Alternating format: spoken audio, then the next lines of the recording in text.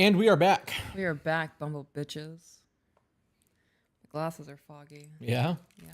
This will be one of the last live streams that we do for the year. We have two or three left to do for Wednesday content that we have to do when we go live on Wednesdays, but like official live streams, we're about done. Yeah, they're dwindling for season 2. It's crazy. How's everybody's weekend going? How was everybody's turkey day? Their gobble gobble. Was it good? We are live on YouTube and Facebook. The goal today is to do a little bit of Q&A, hang out with you guys, and then read some emails. So we have 2 chats going on here. Okay. Super chats are guaranteed to get read because we'll see those right away. If you're on YouTube, you should go over to or if you're on Facebook, you should go over to YouTube. Subscribe to the YouTube channel. We want to get to 250,000 by the end of the year. We're at 222. That's the goal. Yep. So this is the thing we would like to achieve. So how was your day yesterday, babe? Let's talk about Thanksgiving because that's the hot topic right now. It was a day. I cooked a lot. The mac and cheese was a total flop. I don't know what happened, but it tasted like chemicals.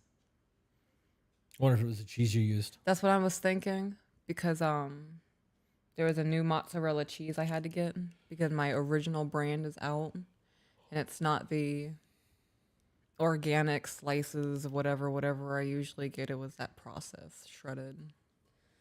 I was slightly disappointed by that, but the stuffing came out very good. You look a little toasty over there. Why? You look a little toasty over there. Right, but like why? Why do I look toasty? Well, your eyes are not opening all the way. You're moving like a sloth. Very slow motion right now. Been cleaning your glasses since we started. Well, no, they're dirty. And like I want to make sure because this is like the 8th time I'm cleaning them. So I want to make sure I'm really like getting in there with my finger presses and not dilly-dallying. Well, it's slightly better. Man. Are my eyes really barely open? I'm seeing very well right now. Yeah. Yeah, that's definitely a thing. All right, guys. So what's the superior Thanksgiving Day meat? Turkey or ham? I'm voting ham. Nobody really likes the dry bird. I think they only eat it because it's tradition. I like the ham that we had last night. I did not fuck with. I'd have eaten that over turkey any day of the week. Gross. But like an actual honey baked ham, I choose that over turkey. Yeah. But I do enjoy turkey with a little bit of gravy and mashed potatoes. So we take the turkey, we put mashed potatoes on top, we put gravy on top of that, and then roller coaster in your mouth. Just goes to prove how dry turkey is because we have to cover it in gravy in order to eat it and enjoy it. Yeah. Yeah. Yeah. Yep. I am a ham connoisseur. Turkey, but the dark meat is best. The only time I like turkey is if it's at the Renaissance Fair. It's a leg. Ooh. And I eat it until I don't like it anymore and I just throw it in the trash and I'm done with it. So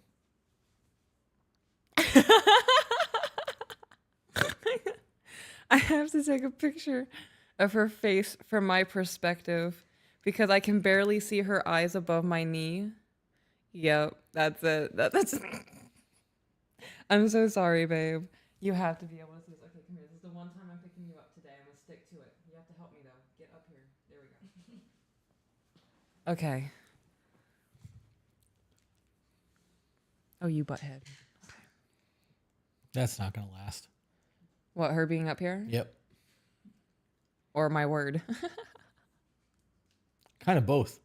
Because, yeah, I'll probably pick her up one more time and then realize this is the second time I'm picking her up after I told her I'm not going to do this. Yep. And then I'm going to stick to my boundary.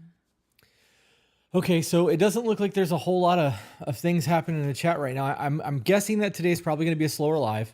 It is Black Friday. People are out probably doing the Friday shopping deals. You know, most people do that online now. I know. Yeah. Holidays are still a thing. People still have people in town. So I'm imagining the live is not going to be super like popping with what's going on. Do you want to just jump into the emails and then do Q&A afterwards? Yeah, or let's do that. Okay.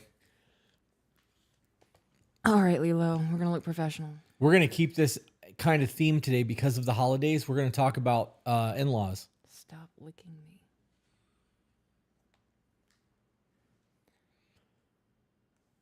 Christina Boswell said tomorrow is her birthday.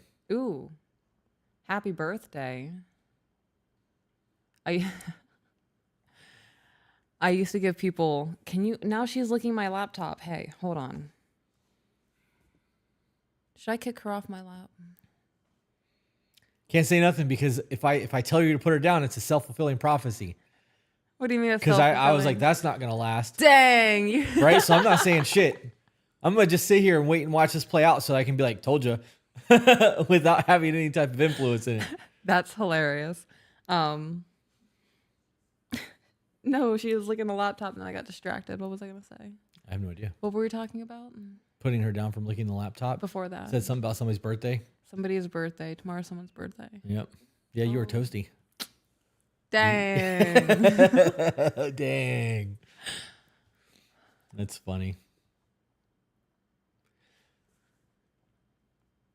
It's your birthday tomorrow. Well, happy early birthday. Shelby Pond said, I didn't marry the in-laws. I married my husband. Well, that's it, guys. She's nailed it. See you guys later. All right. She got it figured out. That's funny. Nailed it. If you guys live in Tennessee and you own rental property, send us a link to the rental property at tobebetterco@gmail.com. Get that out of the way now. Hey, don't we have something that you wanted to do before we went into emails? Where's your Kindle at? The better question is, where's my bag at?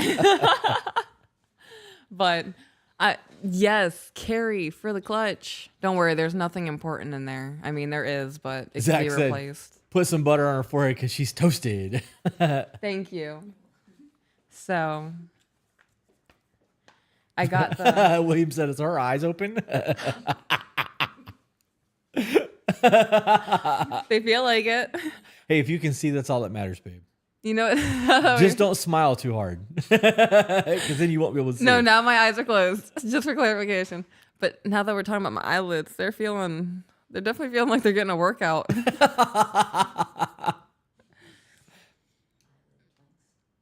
Yeah. Oh man. Jenny said, where in Tennessee? It's a big state. Not Memphis, not Nashville. All right. So the thing that I wanted to touch on, one night, making meatballs. Family loves homemade meatball subs. Son loses his mind every time I'm like, hey, meatball subs for dinner. Get a high-pitched screech like a pterodactyl. And I recognized I needed bread for the recipe, so went to Publix and I bought some muscle power super grain bread, right? Made the meatballs. Everyone enjoyed dinner. And then we went to Thailand. I left the bread on the counter. Totally forgot about it. We got back 10 days later and it still looked really fresh. And that kind of spooked me. That's not normal. No, it's not. Right? That's it.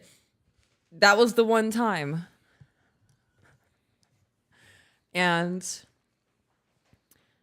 after doing a deep dive of things and preservatives and recognizing that, well, we know that our food is medicine and food is fuel, I don't want to ingest things that doesn't make bread moldy. So I started making our own bread at home, and shout out to my friend Abby on the Fritz Baking on TikTok, all about bread. How to do it, how to make it, sourdough starters, feeding it, steps, TikToks. She does lives. It's fun, fantastic, informational. On the Fritz Baking on TikTok. Hell yeah. FRITTS. Are you going to, you want to talk about the live stream that we're going to do tomorrow for the cooking thing? Yes. Oh, Okay. There's so much happening. Okay. Do you want to start it, or am I just going to run with it? Go ahead.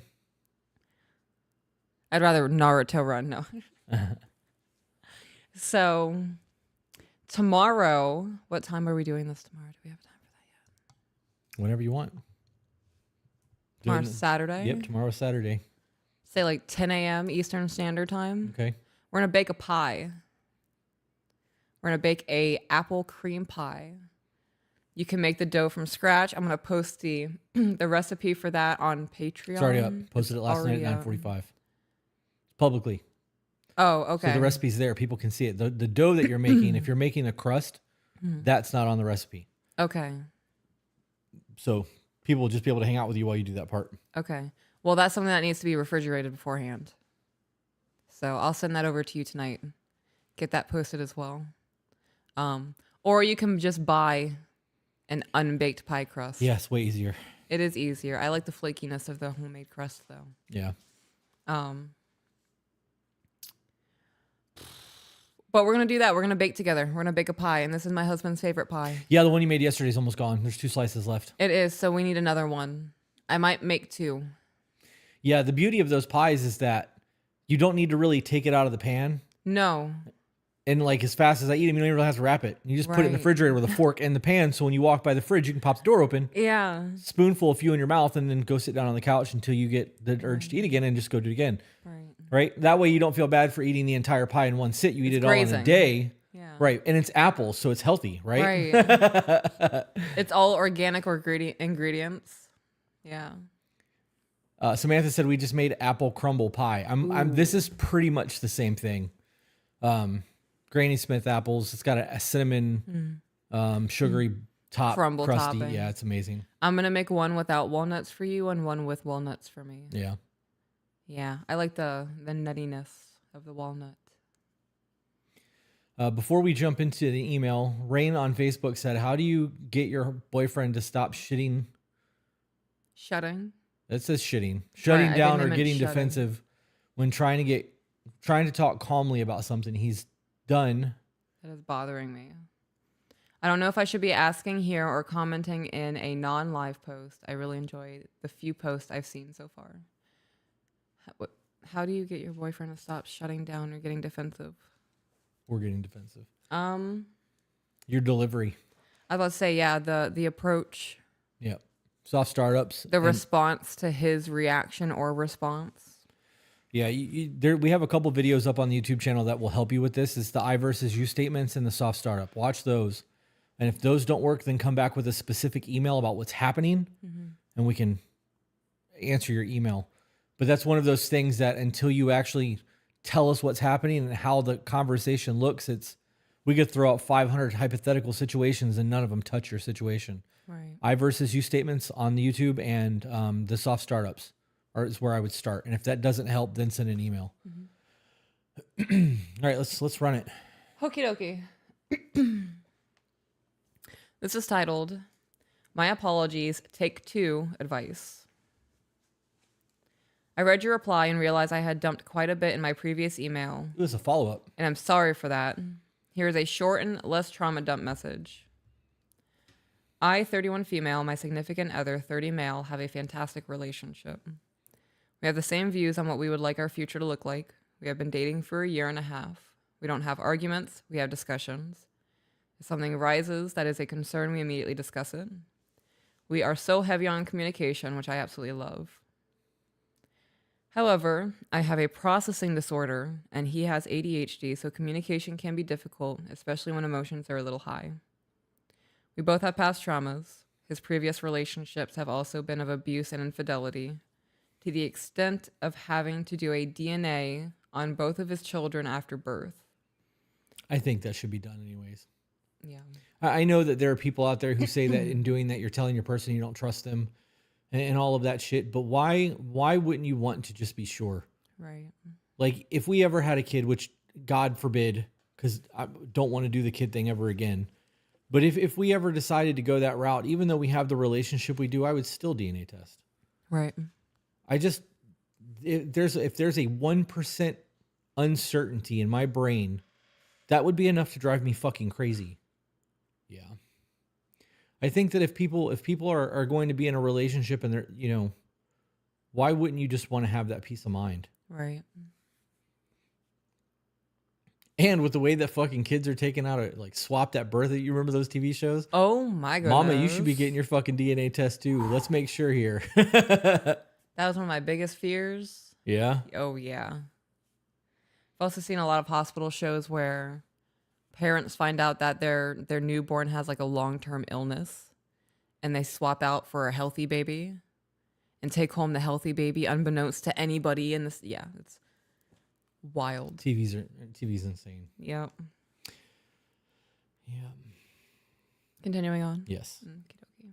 But real quick, before you move on, I've seen 2 or 3 posts now about mother-in-laws. We're touching on in-laws. That's what this episode is. We got 2 emails that we're going to read about in-law stuff, and then Q&A. Then we'll Q&A. The way to guarantee that you guys get your stuff read is to send a super chat on YouTube. We will definitely see the super chat. We will read it. My blah, blah, blah, blah, blah. Blah, blah, blah. Blah, blah, blah. My past traumas include infidelity, abandonment, and abuse. We are not living together due to his mother having a terrible accident and shattering her leg. She's currently wheelchair bound and probably will be for a while longer. I'm not living with them because she doesn't like me. Okay, so this is boyfriend, girlfriend, right? Mm-hmm. And they're in their 30s. Can you read that last line again? They're not living together because she doesn't like him? We are not living together due to his mother having a terrible accident and shattering her leg. She's currently wheelchair bound and we will be for a while. I'm not living with them because she doesn't like me. So does that mean that the mother is living with the man, or that the man is living with the mother? Right, like did he move in back home? Right, to help. I want that matters. I agree. Because if it was my house and my mom moved in because she needed help and she didn't like my girlfriend, that's fucking tough shit. Right. This is one, this is my house. 2, you're here so that I can help you. And Right. 3, this is my woman. So like, we may not be married yet, but if that's been a conversation, you're gonna have to slow your roll. Like, I think you remove all the relationship aspect from it. If you have a guest in your home, they should be respecting your decisions. Oh yeah. 100%. It doesn't matter if you're family or not. Like, this is my house. You're a guest here. You need to slow the fuck down. Yeah. Yep. Continuing on. Yep. So she doesn't like me. Part of it is me to blame, him as well. I was staying multiple nights to get out of my own terrible living situation. He wasn't making sure she was okay with it. She also thinks that since I don't have custody of my children, that there is something dangerously wrong with me, that I shouldn't be allowed around his children. I was on life support during the custody battle of my divorce, and he got full custody. She has continued to make our relationship difficult for us. He is very caring and protective of her. He's got to be living in her house. Right. Yeah. Okay.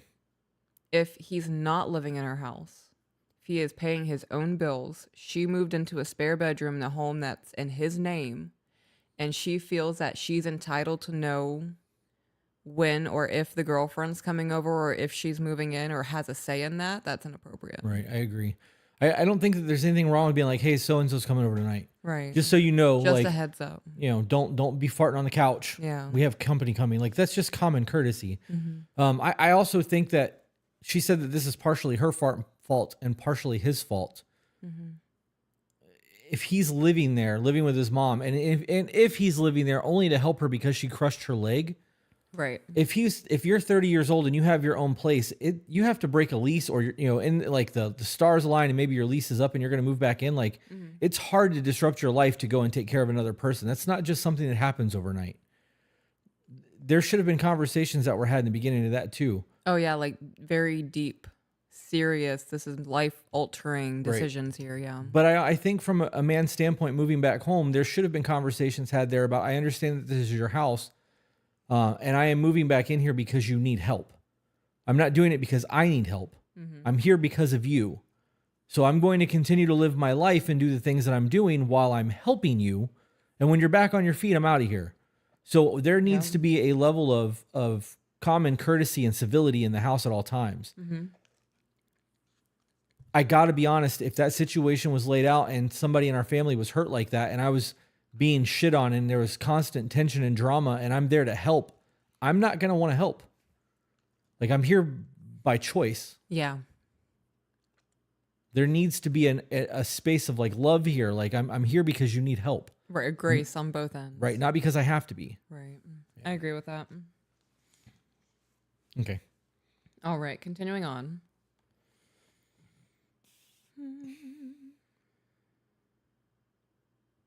He is very caring and protective of her. He has PTSD from surviving Hurricane Katrina. His family were refugees who were moved to my state from Louisiana. He's very close with his mother and feels indebted to her. Back to it, I'm so sorry. So, like, why do people feel indebted to their parents? I think that is a guilt trip provided by the parents in childhood. Okay. I know that in some cultures, family is a super tight thing, right? I get that. I Right. totally fucking get that. Yeah. But like, speaking from my experience, mine was a trauma bond, Oh yeah. like very unhealthy attachment. It Right. was, even though there was abuse there, it was a very unhealthy, you know what I mean? Like, this is not a, I don't know. Anyways, that's, I guess, why I was asking that. Okay. Continuing on. Yes. She was the same way with his brother's fiance. He keeps telling me it'll get easier, but I'm struggling. So then she's got an unhealthy attachment to her kids. Oh yeah. Because if this was happening with her brother, with his brother and his brother's fiance, she doesn't want the men to be dating anybody. She wants them to be at home and mama's boys. Yeah. Okay. Giving her that attention.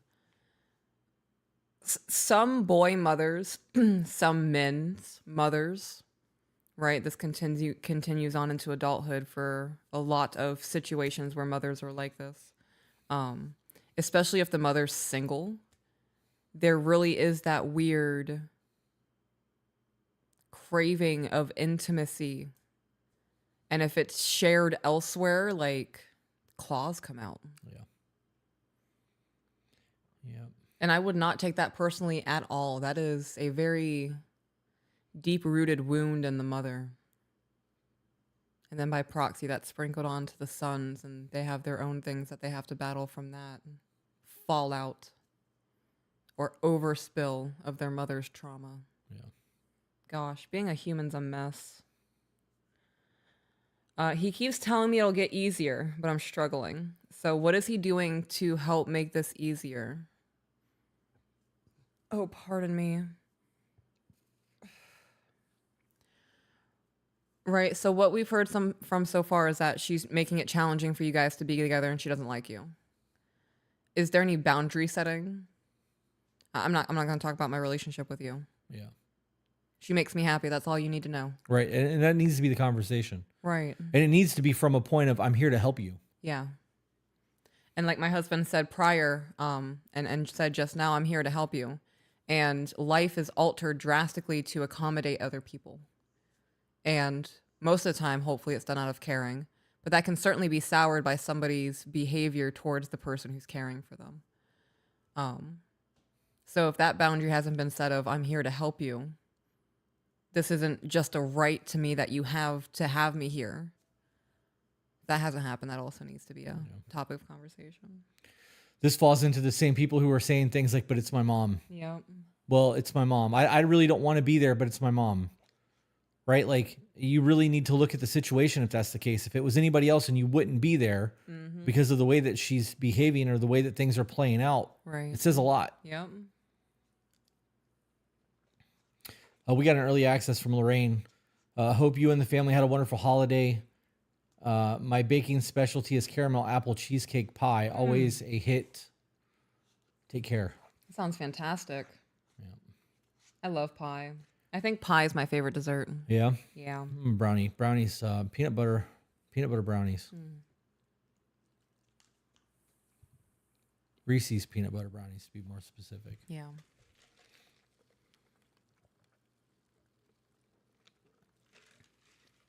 All right, continuing on. Yep. We had a heated discussion because I set a boundary of 3 years. If we aren't living together by 3 years, I'm going to become more frustrated about the situation. I feel that that is fair, taking in factors of where his mother is in her point of healing. Where is she in her point of healing? I mean, she's at home in a wheelchair and being taken care of. Right. I don't think putting timelines on any relationship, I don't believe in fair. I feel that that is fair, taking in the factors of where his mother is at with the point of healing. I don't believe in fair, and I tell the children that. Fair doesn't exist. Well, brother got this because brother's in first grade and he's in that class and he earned that. Right? This is not about fair. It's about what brother has access to and what you have access to right now. Those kinds of things. I'm starting to drift off into two different conversations, so I'm going to stick with the timeline one first. I think setting a timeline for something is parallel to setting an ultimatum. Okay. So she said, in 3 years, if we're not living together, I'm going to be pissed about it. And we're going to have this whole fallout of things and make it known that I'm not happy. Well, what if in 3 years his mother's deteriorating and now she's looking at below the knee amputation? Right. The last thing on his mind is going to be, she's going to be mad that we're not living together right now. Right? So circumstances change, and I think speaking things into definites as, in 3 years we better have this, is, like I said, the same line as, you need to do this or we're not going to be in a relationship anymore. Did it say how long they were together? Because I know this is a follow-up.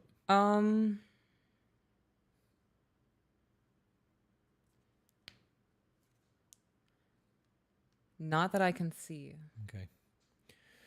So let's remove the Oh, I'm sorry. We've been dating for a year and a half. Okay, so let's remove the ultimatum out. I actually gotta be honest, because of the situation, giving that like, right, this is what, because they're both in their 30s. Like if they're looking to get married and she's trying to date with intent, 3 years from now, that's almost 5 years with dude. And if there's no progression at that point, I would move on too. Right. But here's the bigger thing that I'd be looking at right now. First and foremost, he doesn't have a spine when it comes to his mom. Yeah. She oversteps a lot, and this chick is now in conflict with the dude that she's dating. Because of an outside influence. Right, and I'm assuming the year and a half, I'm assuming they're in love. I'm sure they tell each other, I love you, Yeah. right? And if, honeymoon phase is still happening. right, if they're trying to really move forward and this outside source is creating all this drama and he's allowing it to happen, that speaks a lot about his character. Yes, integrity. Knowing that he has whatever he's got going, trauma bond, guilt, whatever, that he feels like he owes his mom, she's now going to be able to keep him under thumb and dangle shit over his head. And every time there's a problem, he's going to come running. Right, and that puts priority or precedence over you. Over the relationship that they have. So that's two really major things. 3, he's living with his mom and he's 30. Right. Like if you were to move in and you were to have a life with him, would you be moving in with his mom? That's a good Or question. would you guys be moving in together? Because that also is a question. Yeah. Now, can you guys afford to live together? Or you know what I mean? Like there's a whole lot that plays into that. Just from an outside source looking in, I gotta be honest, I wouldn't be trying to move forward in a situation like this. Oh yeah, no. The two massive red flags in this for me would be like what would I be considering right now before I even want to consider moving in with this person? Am I willing to put up with this person's mother for the rest of our lives? And am I willing to put up with this person's reaction or response to their mother for the rest of my life? We've been a year and a half in. Yeah. And after a year and a half, you can't fucking stand up for me to anyone. Right. I don't give a fuck who it is. Yeah. Right? Like it should be We to have problems. everyone. I should have said everyone, not anyone. Yeah. There's an issue there. So yeah, that would be a problem for me. And that says a lot. And that speaks to a priority of like who's more important in the situation. I understand that most people out there will be like, well, that's my mom. And yeah, you're an adult now. That was your mom, and that mom love parenting child thing was cool when you were a kid. If your mom was needing help and she was super respectful, the roles have changed. So if you're going to take care of her, you're going to do those things. You're the one in charge of setting boundaries and the way things are going to go. You get to lead the relationship. Right. So, yep. Continuing on. Yeah. Holidays and large bills these next few months. Realistically, we won't be anywhere by our 2-year mark. By 2.5, we should have something saved or be starting to save up, and 3 years should be about the time. We are both working. I'm barely making my bills due to child support, and he is struggling paying all of his bills because his mother is no longer contributing due to her accident. So he's living, okay. He is absolutely living with her, and now he's taking care of everything financially. I think so. That sounds like a necessity, though, because it doesn't sound like he makes enough money that he'd be able to do both on his own. Well, it sounds like he's struggling now. Right, but I meant like him having his own spot. Oh, and and mom then, to like do both. Yeah. Moving onwards. Yep. I've said it a few times that if I could just move in over there, we could find a 4-bedroom to combine our bills. We would be able to stay afloat. However, he won't budge. I'm currently living in a camper, so all of us moving in with me wouldn't work. He has his kids 1 week off and 1 week on. On his off weeks, he stays with me in my camper. When he has the kids, I'll go sleep in my car with him in his driveway, or go have lunch with him at 1 a.m., even if I work at 8 a.m., because that 30 minutes is all I get for the week sometimes. Okay. Wait a minute. Just, you live in a camper. Right. He comes over on the week that he doesn't have the kids. So his mom doesn't need him the way that you think his mom needs him. Right. If he's able to leave her there alone for a week, Right. while She he's can standing, survive. she's fucking fine. He doesn't Yeah. need to be there unless he's only there financially. Right. I would never go and stay the night in somebody's fucking driveway. I could maybe on drugs. Yeah. Like we fucking had a really long night and Right. Or like maybe one of us is in crisis. yeah, I'm not sleeping in my fucking car in a driveway. Nope. And not even in crisis. She's got a place. Yeah. No, I agree with that. I think it also could come down to he doesn't want to give up a place to have his children Maybe without her there. Right. Or maybe he doesn't want her around the kids. Right. Maybe mom has poisoned that whole thing enough that Right. there's a whole lot there's so much to this. This is really just like a pinprick Yeah. into a massive universe of people's lives. Could be a tons of her own red flags that we're unaware of that he's uncomfortable with currently. Yeah. He could have a whole slew of reasons and blaming it on his mother as to why he doesn't want to get a place with her. Well, right now. again, and that speaks to the cowardice of the man. Right. Of the male. I Excuse me, agree. of the male. Yeah. Because there's a fucking difference between a male and a man. Right. Before we continue reading, I don't mean this in a shitty way. I don't mean this in an attacking way. The rushing to move in together, and we're on a timeline, and if this doesn't happen by this point, it's going to fall apart. And I can move in there and they can't move in here because we don't have room, and the children custody is a lot and you don't have your kids right now. And he's with his mom. You're sleeping in your car in a driveway for 30 minutes in 1 week. See him 30 minutes in a week. For 30 minutes a week, that's a lot. And it seems kind of desperate. I understand that it's rooted in love,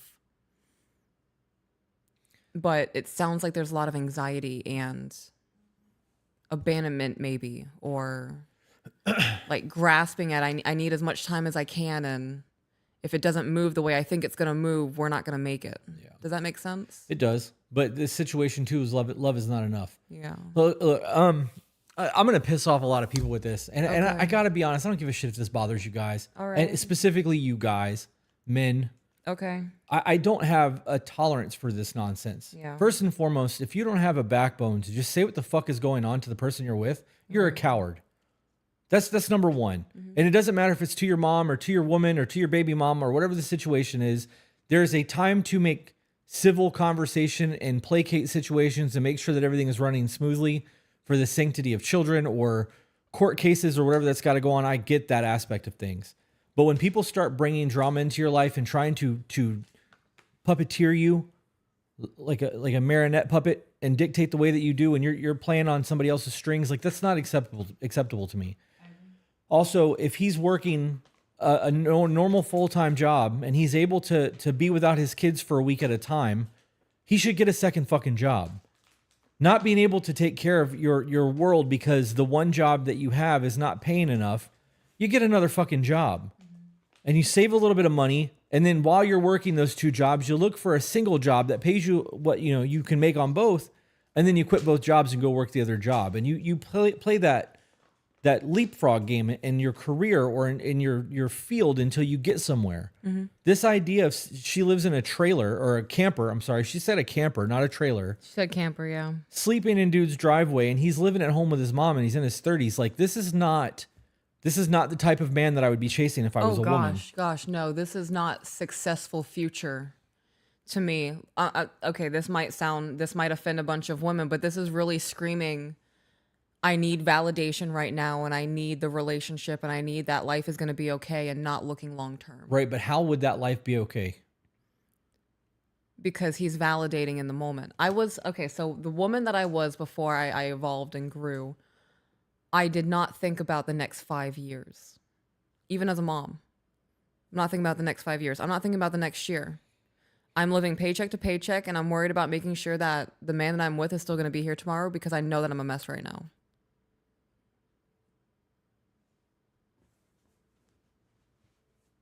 Okay.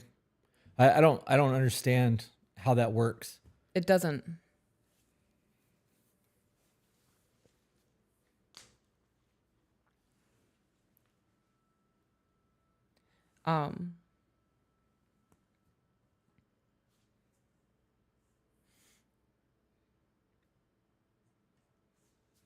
Moving in together should be out of love, and I miss you when you're not here. Right. Not out of finances. It would be easier if we paid the bills together. Right. Right. That says a lot about your own ability to take care of yourself and survive. Yeah. I gotta be honest. If I was a woman and I'm trying to be with a man has to have his shit together. Yeah. That would be no different than me as a man going for a woman who I know has fucking psychological issues, that is very unregulated, that's going to cause drama and fucking try to blow up my world if she gets unhappy or tries to cut me in my sleep. Right. I'm not going to go, that's the one. Right. That's the one. Bring on the crazy bitch. I love that. Yeah. No. I want peace. I know what I want out of life and what I expect to have in a relationship. And I have to make sure that you guys have to make sure that the person that you are with matches all of that. Right. You can't get into a relationship and then hope for the best. Right. No, you need to be Selective. handpicking and curating, and it's a lot.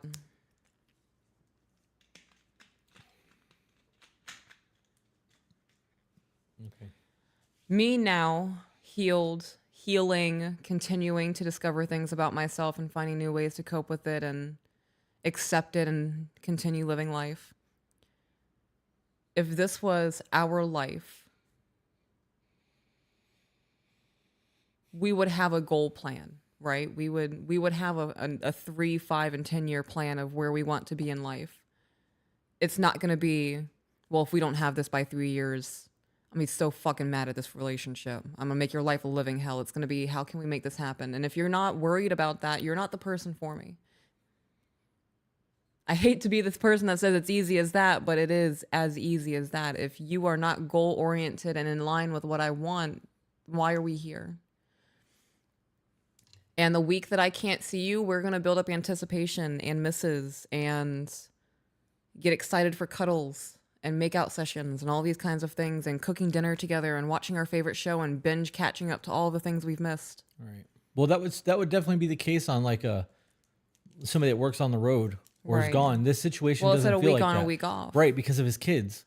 Right. So that 1 week where he's at home with his mom and the children, where she's not allowed to be. Right. Like this just doesn't add up to me. It really just doesn't add up to me. I wouldn't want to. Yeah, I don't know. It is what it is. Yeah, I wouldn't be in that situation. I'm not trying to be with somebody who's choosing the parent who hates me over being in a relationship with me. Yeah. Zach said, okay, I'm feeling a little called out on the crazy bit. I have a type, okay? No kink shaming. I'm not kink shaming, I'm relationship shaming. You can have your kink. You can have your playground. You can do all the little weird things that you're into, and that's totally fine. But are you going to build an entire foundation of a relationship based off of a single kink? Damn. And if so, how's that going to work out? Damn. Yeah. I'm relationship shaming.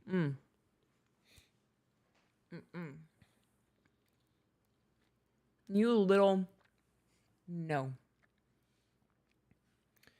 Smells of chocolate. While you're eating that, Marie on YouTube said, I would love advice on how to deal with my mother-in-law. She refuses she refers to me as that woman.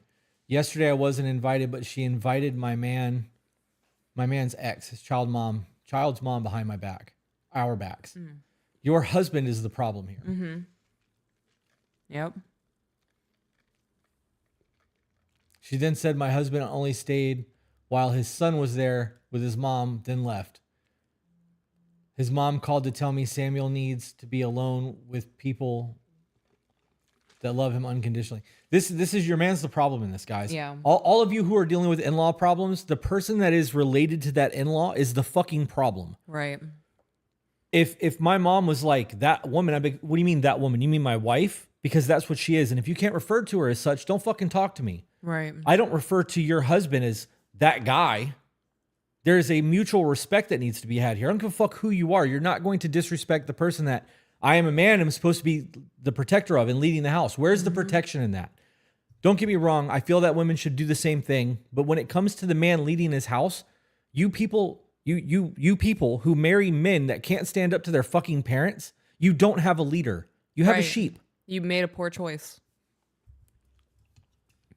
And I think a lot of women place the blame on their husband being a poor man versus the fact like they can't face the reality that this is what they chose. That they were blind to all of the red flags and looked over so much. And how could I be so stupid or so blind? They can't take the fall for their own choices in life. Nope. You should be the middle point when it comes to your wife and your parents, or your husband and your parents. That's your decision. If it's their parents, they should be the one that's going to. And if the first time something happens, you address your partner and say, hey, this was just said. I feel totally disrespected. Would you please say something? Yeah.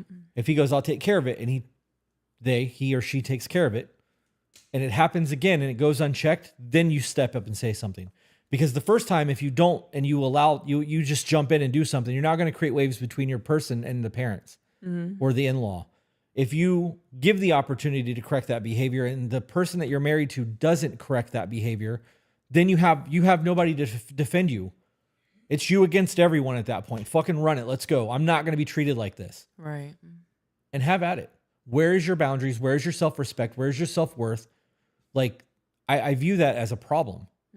And in-laws think that they have too much fucking say in somebody's life. Influence. No. We're married. That is my wife, my family. Right. You are my blood relatives. This is my family.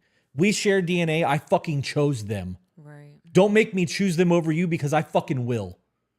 Play that game with You can me. call me the butcher. Fucking chopping this shit up. Let's go. Ding. I don't like that shit.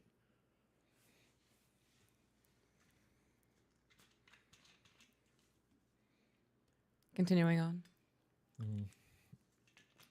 I've said it a few times that if I could just move in over there, or we could find a 4-bedroom. Oh, I've read all of this. Recently, he's been going through my phone a lot as well. He has all access to my phone as I do his. I choose not to go through his phone because my brain will convince me there is something in nothing. That's how that works. Yeah. It's actually how that works. Yeah. He has become more paranoid that I'm going to leave and says he feels like all he is doing is fucking up and can't fix it. Hang on one second. We got a super chat. How do you suggest I build a clientele? I find that the tattoo and salon industries are very similar. I'm a new hairstylist wanting more business advice. There's a whole lot of things that you can do, but ultimately it's going to come down to word of mouth marketing. If you're a member of our Discord, ask that in the Discord chat and I'll get back to you because there's a lot. I could talk about that for hours. Should put a pamphlet together. Well, with To Be Focused, we're going to have a whole lot of that stuff. Speaking of which, if you guys haven't yet, you need to follow To Be Focused on TikTok and on YouTube. Instagram. Instagram is not there yet. We haven't created it yet. We'll get to that. We are going to be doing a whole lot of business stuff and life coaching and all of that stuff come January with Mike and Katie from Force of Focus and Primal Force, I think is what it was. Primal, whatever her thing was. I don't remember what it was. But we're creating a whole new business to help people like you who are a young entrepreneur that's trying to do things. So if you're a member of our Discord, post that in the Discord and I'll get back to you, I promise. If not, send an email and I will respond to your email with some suggestions since you sent a super chat.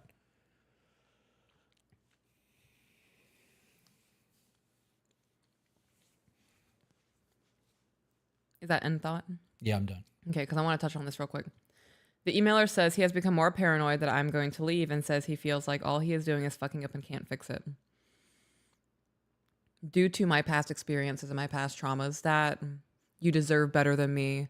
I don't know how to fix this situation. Sounds like bullshit. It's manipulation. I don't want to hear any of it. You start saying phrases like that, I'm immediately going to start packing my things and just leave because there is no want to try to fix things here. That is victim, pity me, poor me.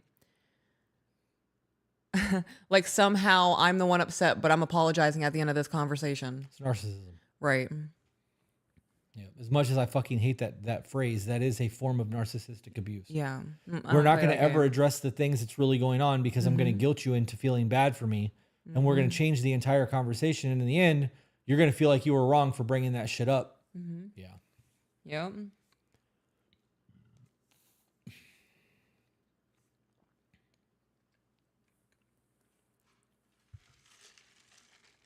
I'm glad to see that the live stream is holding up. I was really worried that we were Yeah. going to crash again.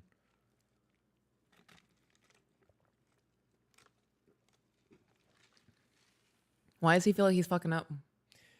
I don't know. Is it like the conversations that they're having where she says like, "Hey, time's running up," or right? Well, she didn't tell us what was going on when he brings that shit up, but I can tell you that from a man's standpoint, if I was 30 something years old, living at home, taking care of my mom, not able to have a healthy relationship with other women because of the relationship that I have with my mom, knowing that I'm stuck there because I don't make enough money to go and do it on my own, but still knowing that I can leave for a week at a time and mom can actually take care of herself while I'm gone. Like the week that I'm there is really so that I can spend time with my kids, but I'm going to say that I'm there because I need to take care of my mom. right? You don't have your shit together. Yeah. You shouldn't be courting at that point, right? Like you should be focusing on your life and like trying to get things going and it like Trying to a level career, up and, whatever. And if you can find somebody while doing that as by proxy, like a friend of a friend, and it just kind of works out, great. Yeah. But trying to like spend time focusing on courting and dating when you're living like that, your priorities are fucked up. You should be doing the things that makes you feel successful in life and then worry about that shit. And I use the term feel successful in life because maybe to him being a provider to his mother and taking care of his family is what success looks like. And if it is, I'm not knocking him. Fucking do you because that's what your version of success looks like. Get it. Right. But you're bringing somebody else into your world and you're fucking their world up by doing it. That's not okay. So like find your version of success before you start trying to bring people into your life. Mm-hmm. I agree with that. Continuing on. Yep. I fibbed. I'm not going to continue reading because him going through her phone a lot, that would start to bother me. You go through my phone once, why especially if it's behind my back, why didn't you just ask me? Right. Right? If the person I'm with is checking my phone multiple times a day to soothe their own anxieties, what is going on right now? Yeah. I'm willing to bet that he's cheating. Yeah, that would be my give me your phone, please. Yeah. I think that that's cheating. I think that there's a insecurity there. A worry. Yeah. And why would you be with somebody that's like that? Right. I view that as an invasion of privacy. I do too. I won't even go in your purse. Like I'm not going through your phone either. There's just not a thing for that. If I ask you who you're talking to and you start stuttering and hemming and hawing, I'm gonna be like, all right, fuck. It's gonna be a very different conversation. I don't need to go through your phone. Right. What's that going to solve? If you don't trust your person, you don't fucking trust your person. That's the problem. Says everything. Yeah. Yep. All right. Now we can continue on. Okay. I know a lot of it is stress, and I know it's mental health struggles. We talked the other night about the 3-year boundary and asked if I was going to leave. My response was no, but you will probably be getting a hell of an attitude from me by then if we aren't. And his response was, just expect one back. 1 second. Tim and Miranda, they didn't say that he was an immigrant. They said he was a refugee from Hurricane Katrina. Yes.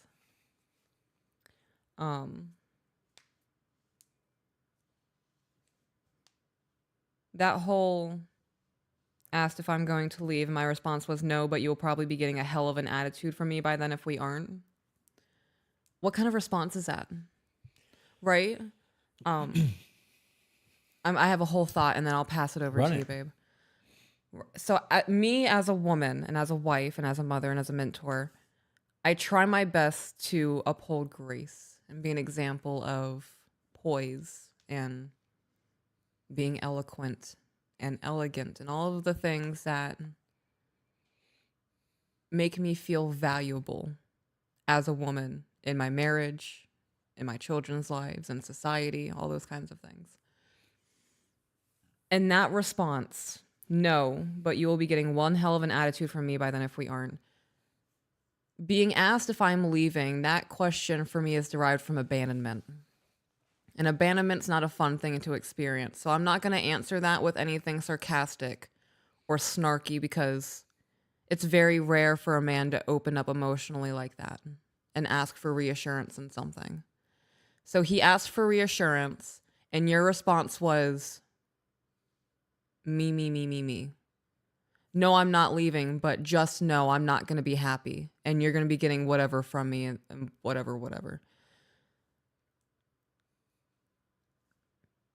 Me, Peaches, now, my response would have been, no, I'm not going to leave.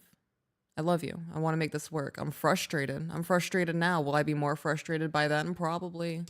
If things don't change or get better, but that doesn't mean I love you any less.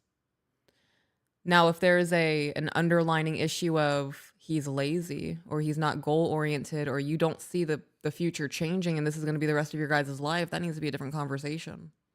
I'm not going to leave because of the 3-year boundary. I might leave because you have an issue with the relationship with your mother and it's affecting ours.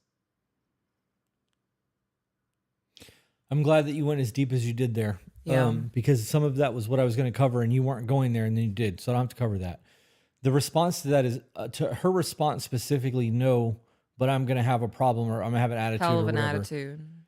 You basically just told him it's cool that if you guys aren't living together in 3 years. So you're willing to be there 5 years, living the way that you're living in a camper, seeing your man 1 week on, 1 week off. Sleeping in the driveway. Sleeping in a driveway. No. In 3 years, this is not how this is going to be. Right. But these are also courting questions. Yes. These are not questions that you're having a year and a half into a relationship.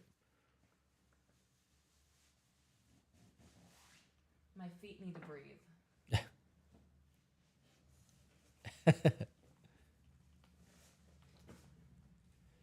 Abby, you missed a shout out to On the Fritz Baking earlier, since I see you're in the chat now. What?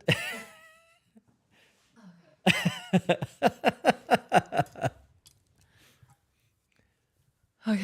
We speak a lot on the courting phase. We have a courting phase questionnaire. We have check-ins that we've developed. We've put together a whole lot of things so that people can make sure that they're on the same page when they start courting before they actually get serious in a relationship. Right.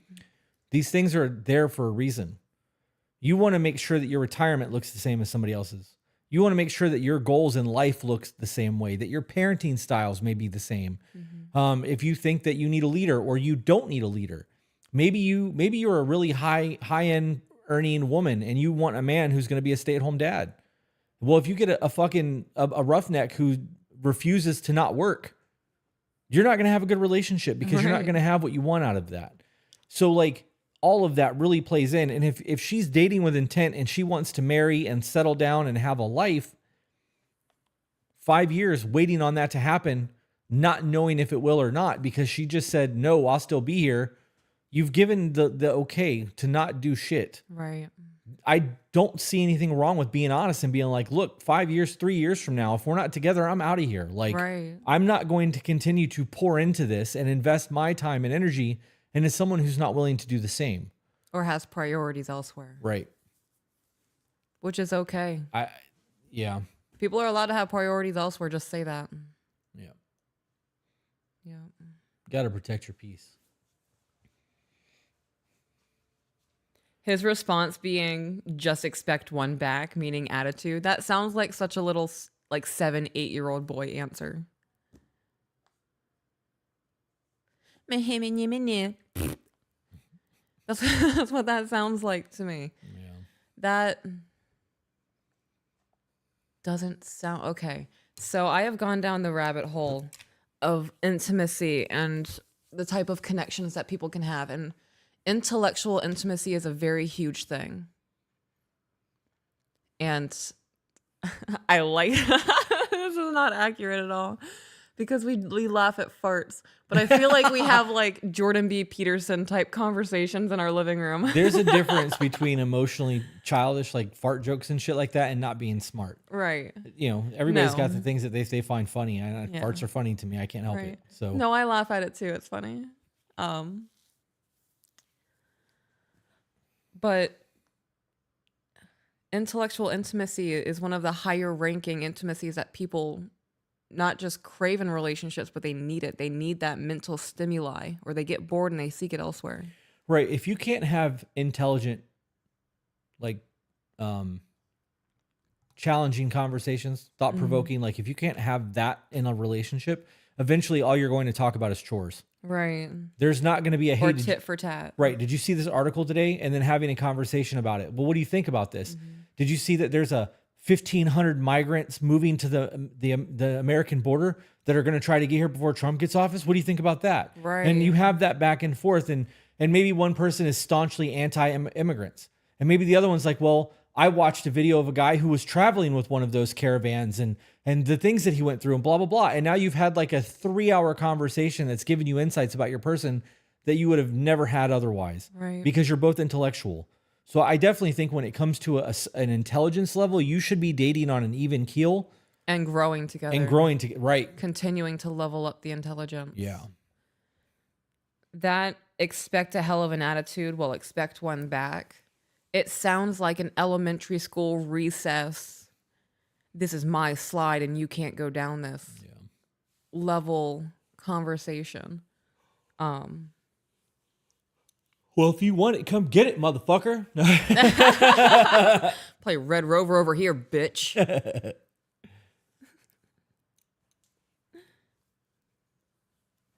Continue on.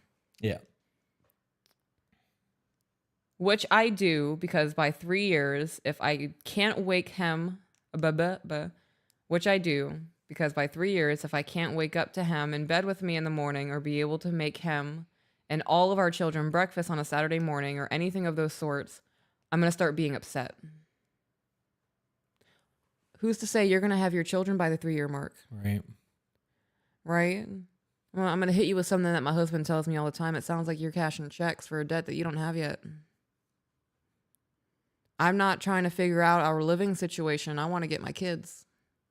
Right? And if that living situation is something that's required for you to receive your children, do you really want that with a man you have to fight to get that with? You know how hard it's going to be for somebody to get custody of a child while living in a camper? Yeah. She's going to have a hard time with that. Right. She should be. Is that why she's pushing so hard for them to move in together? I don't know. She said that she Well, lost now- them because she was on life support. Is that a thing? Well, Like, yeah, she was on life support. She was basically dying. Yeah. So the ex-husband or boyfriend or whatever he was filed for custody and got it because of the situation with her health. Yeah. If she's having health issues, that's a concern. Right. But if you were trying to get custody of your kids and you live in a camper or you are indigent, you don't have money, you don't have the ability to take care of your children, it's going to be real fucking hard to prove somebody who is taking care of them that you're capable of doing things. Well, with all of that laid out now,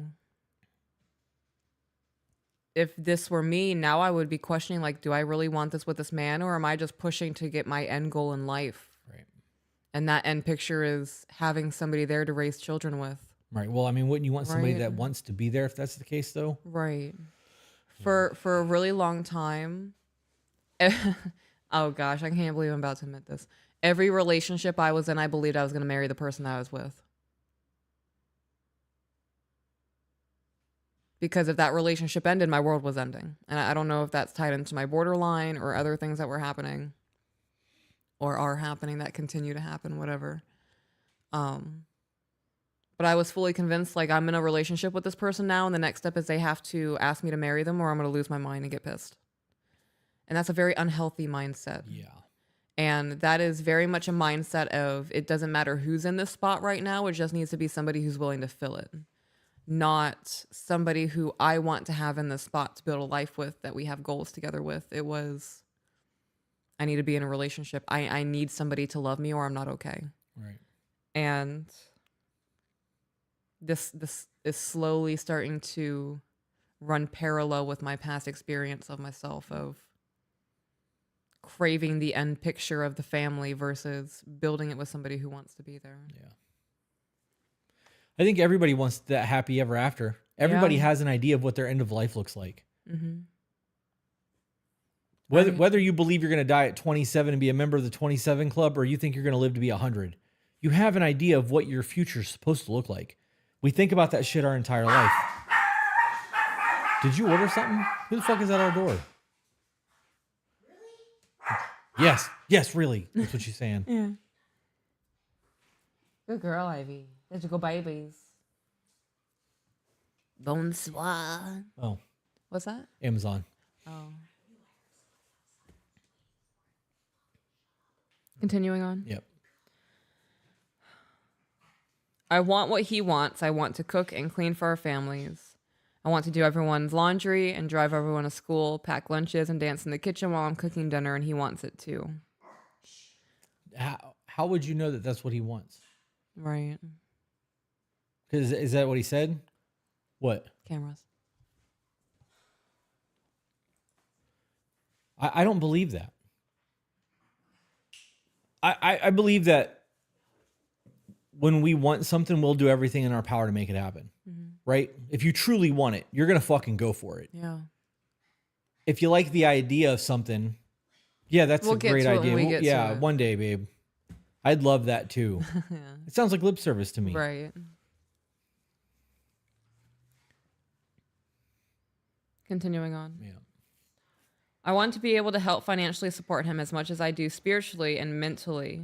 I appreciate everything he is and strives to be, and I am so proud of how far he has come as a person, father, and partner. It all shouldn't fall on him, though. We are a team, and that's what we are both trying to build towards. Our relationship has just been one hurdle after another. It's been so difficult. I just need to know if it's going to get easier. What do you mean it shouldn't all be on him? If you're saying I want to slow dance in the kitchen and I want to be that wife that takes the kids to school and makes dinner, makes breakfast, and does all these things. You can't do that while working full time to contribute. You can't do it by yourself. Yeah. You can want that shit as much as you want, but if the other half of the relationship isn't trying to fucking get you there, it doesn't matter what you do. So like it sounds like this is falling on him. Mm-hmm. If he doesn't want that and he doesn't want to move in and he doesn't want to fucking put his mom in check and he doesn't want to do the things necessary, you both aren't going to get there. This does fall on him. If she woke up tomorrow morning and said, I want to move in. I want you to move in. I want this, and this. This is what my life looks like. And he's like, me too. And then does absolutely nothing to make that happen. It's lip service. It's lip service. Yep. But you can't force him to do that. That's the whole, it puts lotion on its skin mentality. You can't force somebody to do some shit. You can lay out the wants and the expectations of what life is going to look like. Mm-hmm. If he's not willing to engage and be a part of that, you're not a fucking team. Right. You're not doing the things together. You're living separate, playing boyfriend and girlfriend a week on, a week off. He's not willing to defend you to his mom. Like, she's wrong in that. This is the ball is in his court. She put it there. Yeah. Yeah. Yep. I would also still be factoring in, do I want to deal with his mother for the rest of our relationship, for the rest of my life? Yep. It's only going to continue. Her behavior, in my mind, will only escalate as the children get older. What if you guys have another child together? Now there's a newborn. Yeah. And that's not just your child, that's her granddaughter or grandson. And now she feels like she has even more influence on what's happening in your guys' home. It's a lot of factors long-term to take in.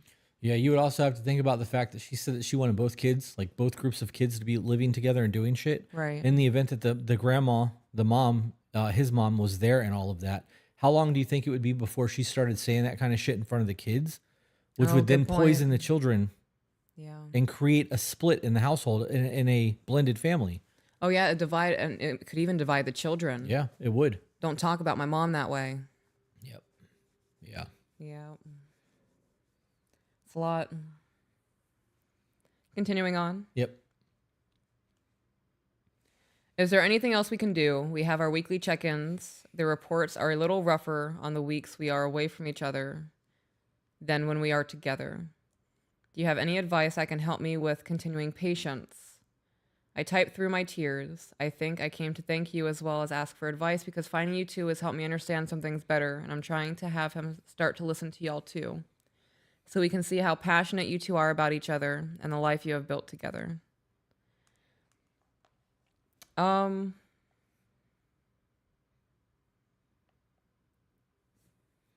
check-ins being rougher when they're apart stood out to me. And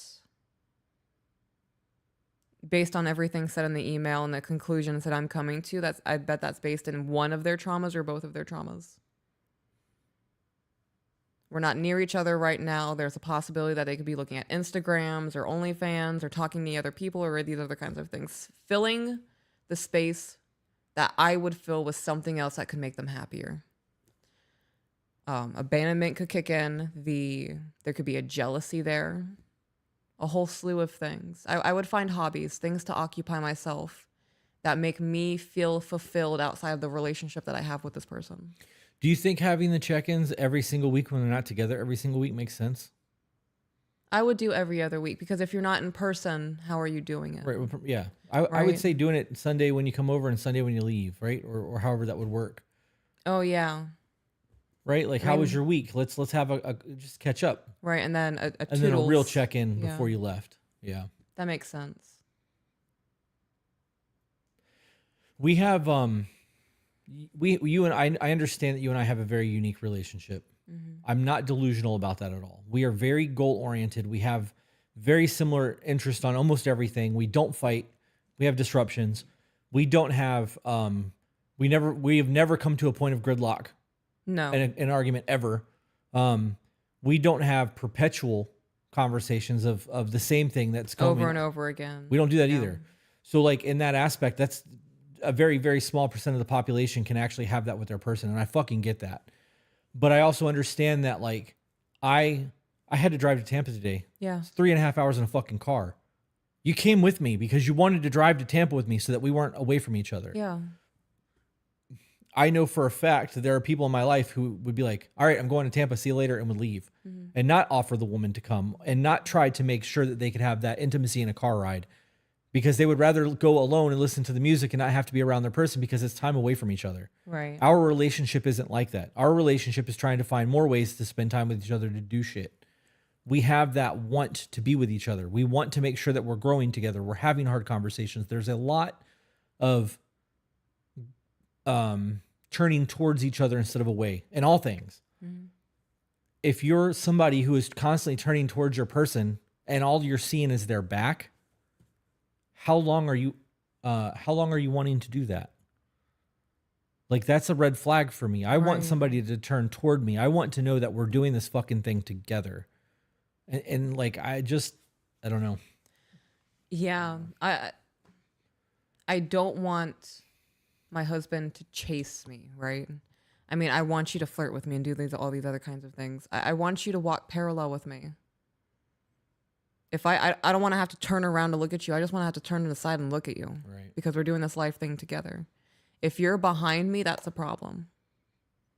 I agree. Yeah. But that's the part. That's what teamwork looks like. One of us started slacking. The other, it's our duty to call them on the slacking. Right. Sabrina said, "Hey y'all, I hope your Thanksgiving was great. Ours was. I'm getting much needed one-on-one time with Mike since having the baby. Thank you for all that you both do for this community." That was a early member thing. Oh, I love that. I'm glad you guys are getting some one-on-one time. I think I might have missed something here. No, maybe not. I never met anyone in my entire life that wants to do anything remotely close to this. I don't know what that was, if that was to a different comment or whatever. Is that email over with? Yeah, that was the end of that. What are your final thoughts on that? My final thoughts are the biggest issue in this relationship is this dude's relationship with his mother. I agree. That's one of the biggest issues. Another really big issue is, I mean, the way that she wrote this out, this dude sounds kind of lazy.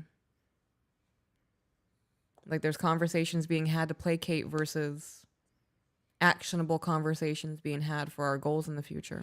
Do you think that's laziness, or do you think he's placating her with answers to just kind of keep her around?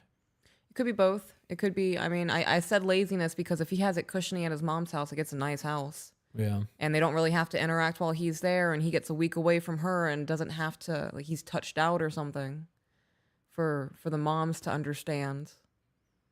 He gets downtime for a week, and he gets to spend time with his kids uninterrupted and make memories and do that thing. And then the kids go back to their mom's house, and he's able to go spend one-on-one time with his woman away from his mom.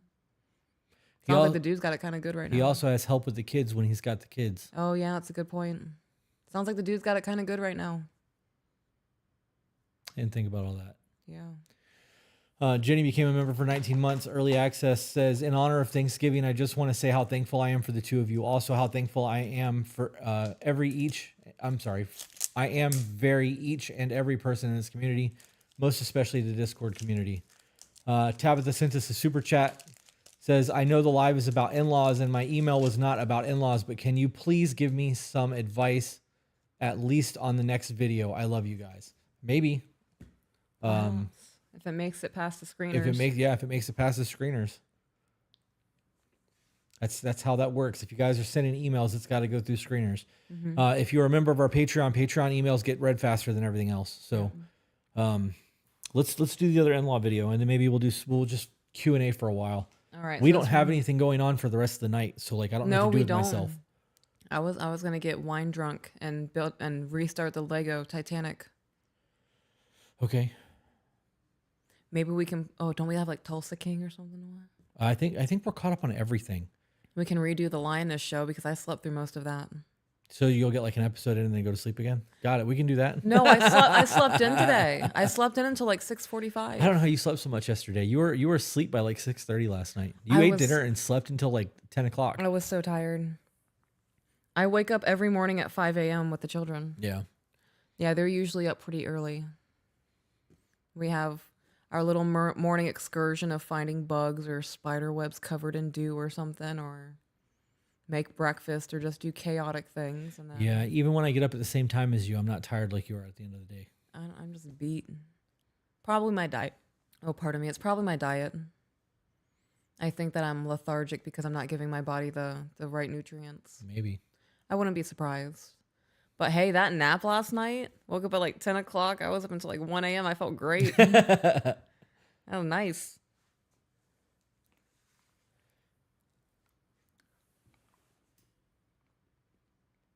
I sent in a happy email, but it's labeled live read.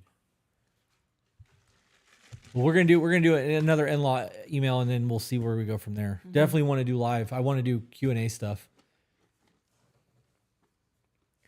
Ooh, there's a good question. Maybe he's realized that he has limited time with his mom and he's panicking. Over a broken leg? Well, she said shattered, and it was a terrible accident. Still, it's only a broken leg. What if it was like a car accident? Shattered her whole leg. Yeah. Or like she fell down a massive staircase. Parents are going to die one day. That's a fact. Nobody gets out of this motherfucker alive. None of us. Right. Yeah, no, you're right.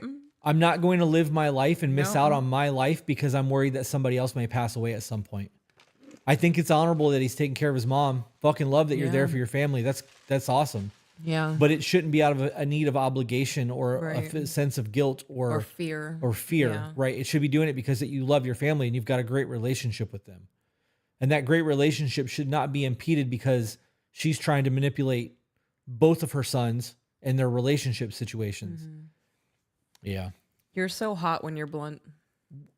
I'm not trying to be like an asshole. I'm just letting you know. I'm just saying that was very attractive to me. Yeah. And it was slightly funny. I don't know. I was not expecting that, but you're right. You're the truth that the world needs, and I think that's sexy. People think I'm a fucking asshole. They can get bent. And I've not yet actually tried to be an asshole. No. There may have been a few times. See it when it's intentional. Yeah. I'm really good at it. If this asshole is like, if you think this is bad, this is just normal. You should see it when I turn it up. Oh my gosh. We can do a movie, but instead of calling it Jackass, we just call it Asshole. Call it The Ass. Yeah, that's funny. All right, next email. Worst start to having a baby.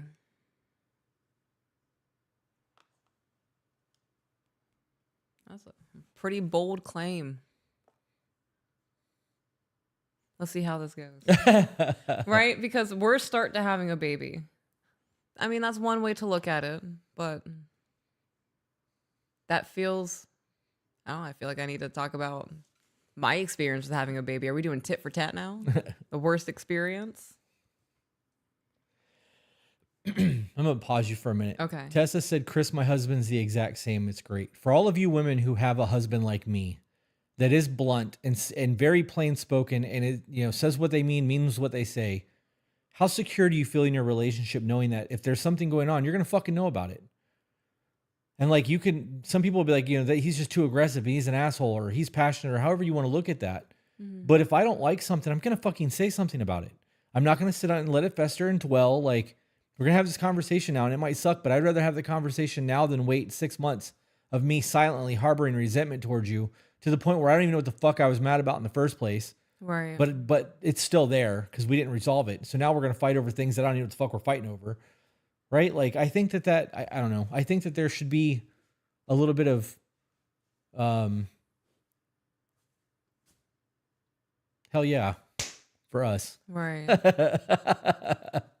Got you a good one. I think I did. I definitely think I did. That's funny. All right, are we ready? Yeah. Hey guys, thank you for the outlet to get this off my chest, even if it doesn't get read on the podcast. It feels nice to write it all out. Through this adventure, your podcast has helped me develop healthier thought processes and actions. This is a long one, I apologize. I, a 25 female, started talking to my now fiance, male 27, last February. We've been together for a little over a year now. I'll be honest, when he met me, I was a fucking loser. I just moved back to Colorado from Oregon, and I didn't have my shit together. Well, you're 24. You were 24 at that point. Oh, yeah. So that's to be expected. Yeah. Oh, pardon me. I am very impressed when I meet people who are under 25 years old that have their shit together. Oh, yeah. Like, it is impressive. Especially when they're like, I'm 20 years old and I just bought my first house and I have a career. And I'm like, right. And I own my car. How? Yeah. How? How did you do that? Did you start working when you were 12? Yeah. What are your secrets? Right. What is this witchcraft? Like, yeah. Was it good parents? Did you have good parents? Something. You had something. Are you a trust fund baby? Yeah. Yeah. What happened? How'd that work out? Yeah. We expect people in their 20s to be fuck ups. Yeah. I think anyone under the age of 25 is still a child, still learning how to be a human. Once you hit 18, you're not an adult. You're learning to be an adult. Right. Right. Because at under 18, your parents are still technically responsible for you. Right. I think from 18 to 25 is your adult trial period. And then 25 to 30 is, okay, I really need to start getting my shit together because life is about to become very real. Yeah. Yeah. My goal for the kids is to have them both working by the time they're 14 years old, even if it's just one day a week and putting their money away. Oh, yeah. Right. So they understand the value. I want to go to the movies. How much? Well, you got money? Mm-hmm. How much do you got? Right? Mm-hmm. Yeah. Yeah. You gonna be able to sneak in Taco Bell? Do you got money for that Taco Bell? Like, you want to go to the movies? Here's what you do. You go to an early show. You look at the times. If one starts at 1 and ends, and the next one starts at 3, you leave the theater right before the end of the movie and run into the other one. And just go sit in the back row. They're not going to come in and be like, where's your ticket? Right. And then from 3 to 5, right before 5 o'clock, you jump out of that theater and run into the other one. You can see all the movies in a day for the price of one ticket. And you're a kid. The worst that's going to happen is they're going to be like, get out of the movie theater. You're right. They're not going to... We're going to do arrest you and call the cops, and then the cops are going to call your parents and be like, come get your delinquent. Show up with a high five and a box of Skittles. I'm proud of you, kid. Like, yep. The drills worked. I'm fucking child. I can't help myself. My aunt taught me that shit when I was little. Yeah? Yeah. That's funny. All right, continuing on. Yep. I was living with my parents, hanging out with friends, and didn't really push too hard at first to fix that. I was never taught how to drive and don't have a car still. That's a problem. I agree with that. Just like in life as a human being, I don't like feeling trapped somewhere. And not knowing how to drive and not having a car are two different things to me. Oh, yeah, absolutely. Right? Absolutely. Knowing how to drive to me is a life skill at this point. Having a car is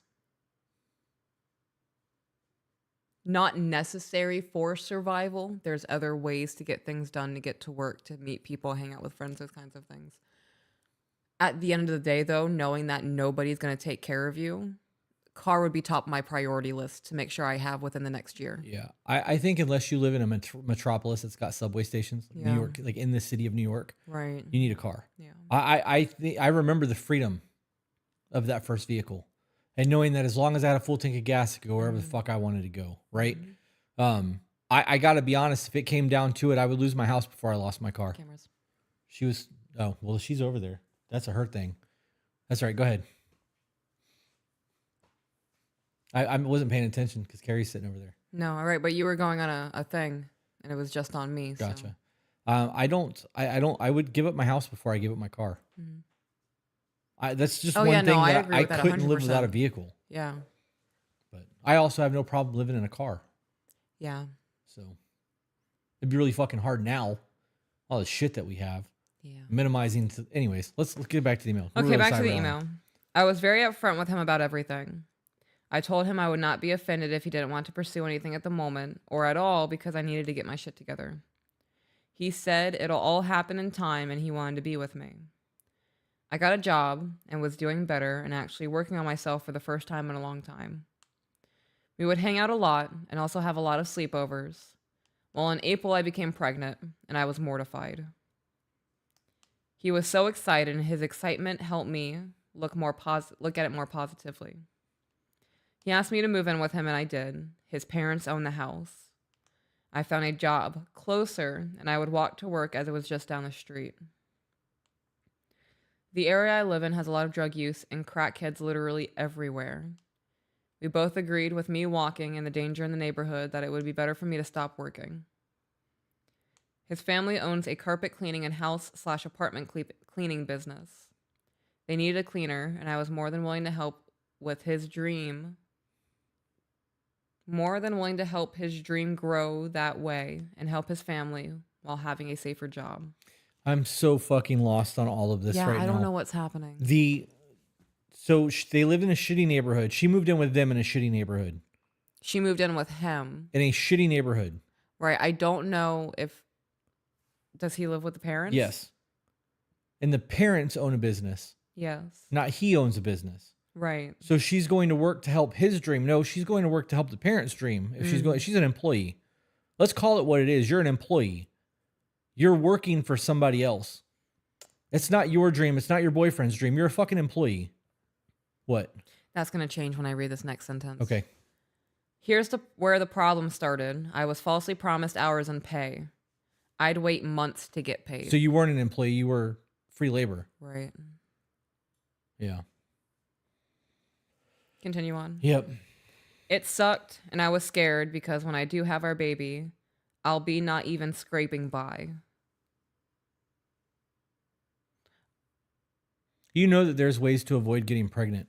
Right, yes. Oh, 100%. So Not having sex. Right, Condoms. abstinence. There's a whole lot of things that can prevent that shit. Chastity belts. It's an extreme. I'm kidding. It's a joke. If you're not in a position to really even take care of yourself, yeah, you really should be doing some things Yeah. to protect yourself from getting pregnant. Yeah. I'll be not even scraping by. I thought you guys moved in together. No, she moved into his parents' house with him. That's what that said, I think. Why are you looking at me like that? He asked her to move in with him. Right, but because they're having a baby together. Right, but he moved into his parents. He was living with his parents, right? I don't know. The parents own the house. That's all that was said. Okay. But Jenny said it's a family business. This was a very rough email to edit. My apologies. okay. All right. My point is, if you're in a relationship with somebody, I'm not worried about I'm barely scraping by. What do we look like? Okay. Right. I mentioned this to him, and he said that he'll always take care of me. I just didn't want to take advantage of him that way. Wait. Is he already taking care of her? Because she's working for his parents for free. Right. And they're living in his parents' house. Right. Okay. When you're in a relationship with somebody, you're not taking advantage of that person. Being in a relationship is doing life together. Right. And in my opinion, the traditional values where the man is the head of the household and the woman is the support, and they're the counselors together and the whole thing, the rigmarole. He should be doing that. He should be taking care of you and making sure that you're not stressed out about the big life things like finances and the bills, and making sure that life is taken care of. if you view that as taking advantage of him instead of him providing for you as your man, That's a really good point. right, I would reevaluate how I view relationships. I would sit down because that's a very negative outlook to think that you're taking advantage of somebody who wants to care for you because they love you. Well, maybe they never had the conversation about what the roles were in the relationship. Could be. She said it was last February, so it's been almost 2 years at this point. Yeah. Well, by this point, it's been almost 2 years. Yeah. Continuing on.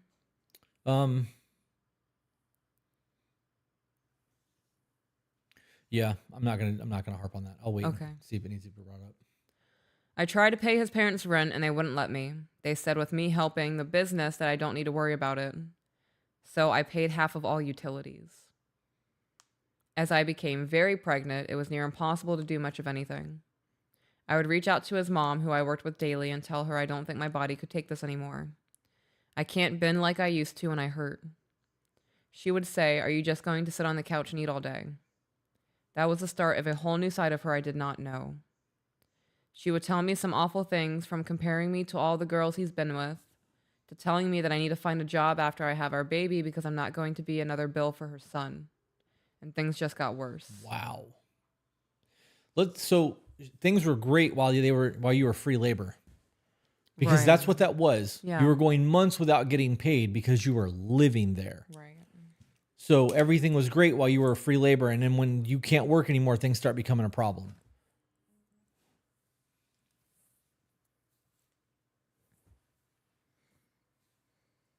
Yeah. Yep. Continue on. Yeah. He has a big extended family, and it's mandatory to go to every family event for holidays, baby showers, birthdays, and barbecues. Mandatory. It's not mandatory, right? I was hung up on that too. It's not, he's not going to get reprimanded. If he doesn't go, he's not going to lose his house. He's not going to go to jail. There's not going to be truancy. It's not mandatory. Right. He's not going to be burned at the stake if he decides to not go to a family barbecue event. That's wild. Okay. Continuing on, I went to all of them, even though it was hard to move and uncomfortable because I don't come from that kind of family. His mother was very over the top and almost controlling about my entire pregnancy. It was my fault for not telling him sooner about how his mom was treating me when he wasn't around, and I take full blame for that. As I neared the end of term, I decided to tell him things that made me uncomfortable and asked if in the future we could have better boundaries as we start our new family together. I had to have a scheduled C-section, so we knew exactly when our baby was coming, and so did everyone else. I asked him to just politely ask her to not wait in the waiting room so we can call her when I had recovered enough, even to semi-function from the surgery. She lost it. Told him after all she had done for me, she deserves to be there. Needless to say, my fiance did not hold that boundary. She was the first person to meet our child. From that point on, all hell broke loose. Why did we allow all of this to get to this point? Right. She said, "I'll take the blame for it," which means there's got to be this is a point of contention Yeah. where there's like a guilt, or like he's been like, "Well, why didn't you say something sooner?" Like There's a tit she for used the tat. term blame. Yeah. Like, I'll own that. It's different, right? Like I I agree. know I should have said something sooner, but I didn't. Yeah. Lesson learned. Like, it's a very different. This is very specific.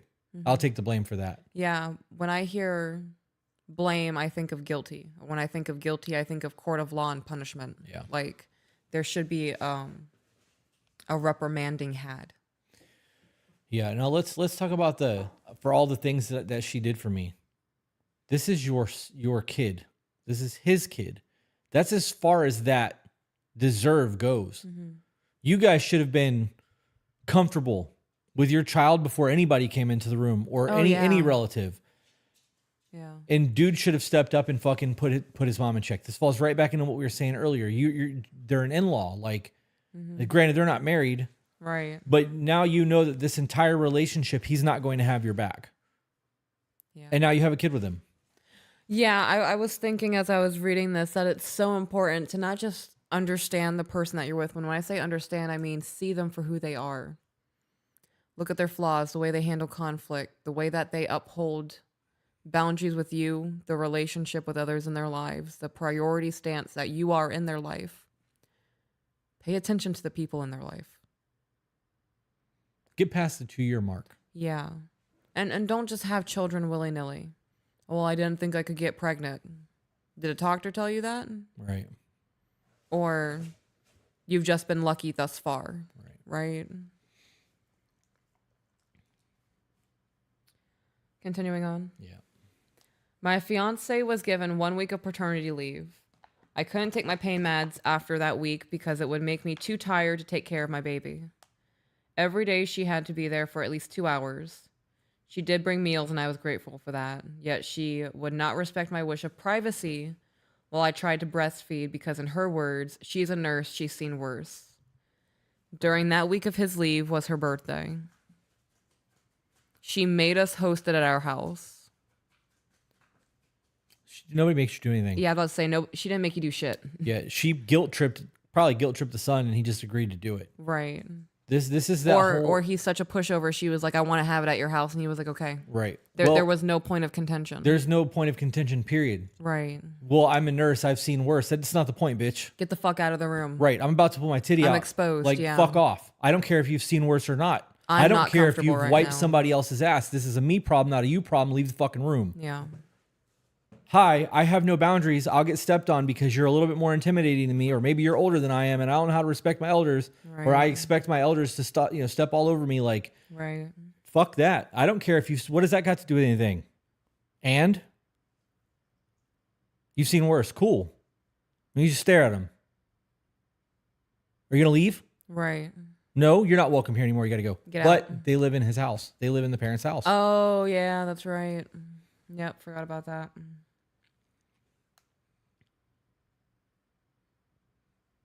Continuing on. Before you do, Magista Wall said, they said it was a family business. The mandatory to go makes me wonder if his parents threaten his job if he doesn't go. I'm willing to bet that there's a whole lot of that's happening behind the scenes. Oh, yeah, maybe. Yep. Because it's very easy to hang things over people's heads when they are relying on you to survive. Living in their house, working in their business.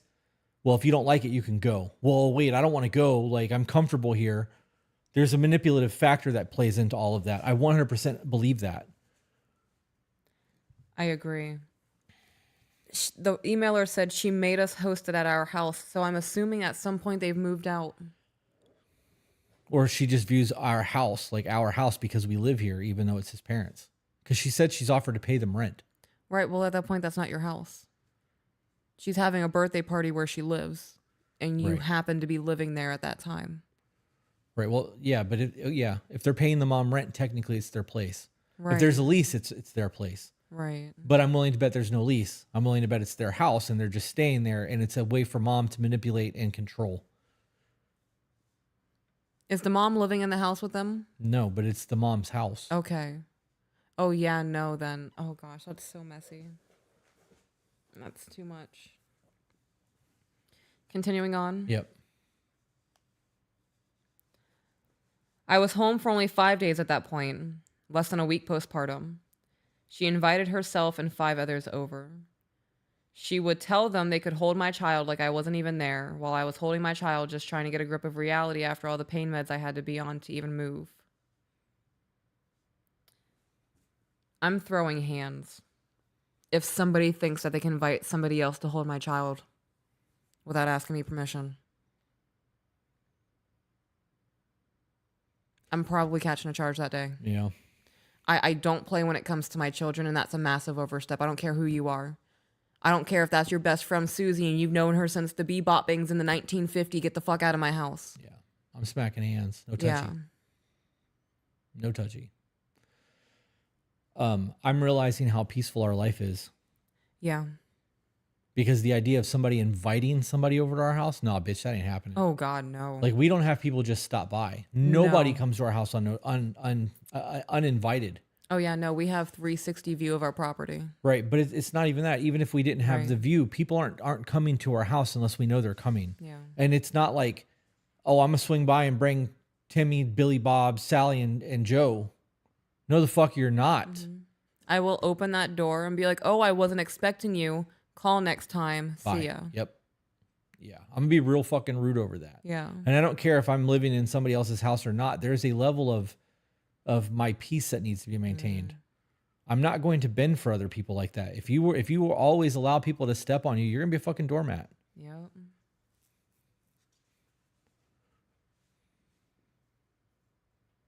Continuing on. I'd have smacked the shit out of one of their hands for trying to touch my kid.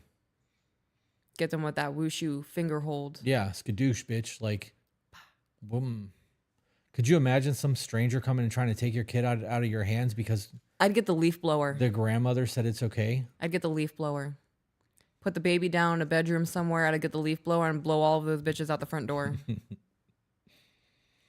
And then I would turn it off and be like, what was that? What were you trying to say? And they would start talking and I would just start getting it going again. Get it right next to their face. They're like, Yeah. Yeah.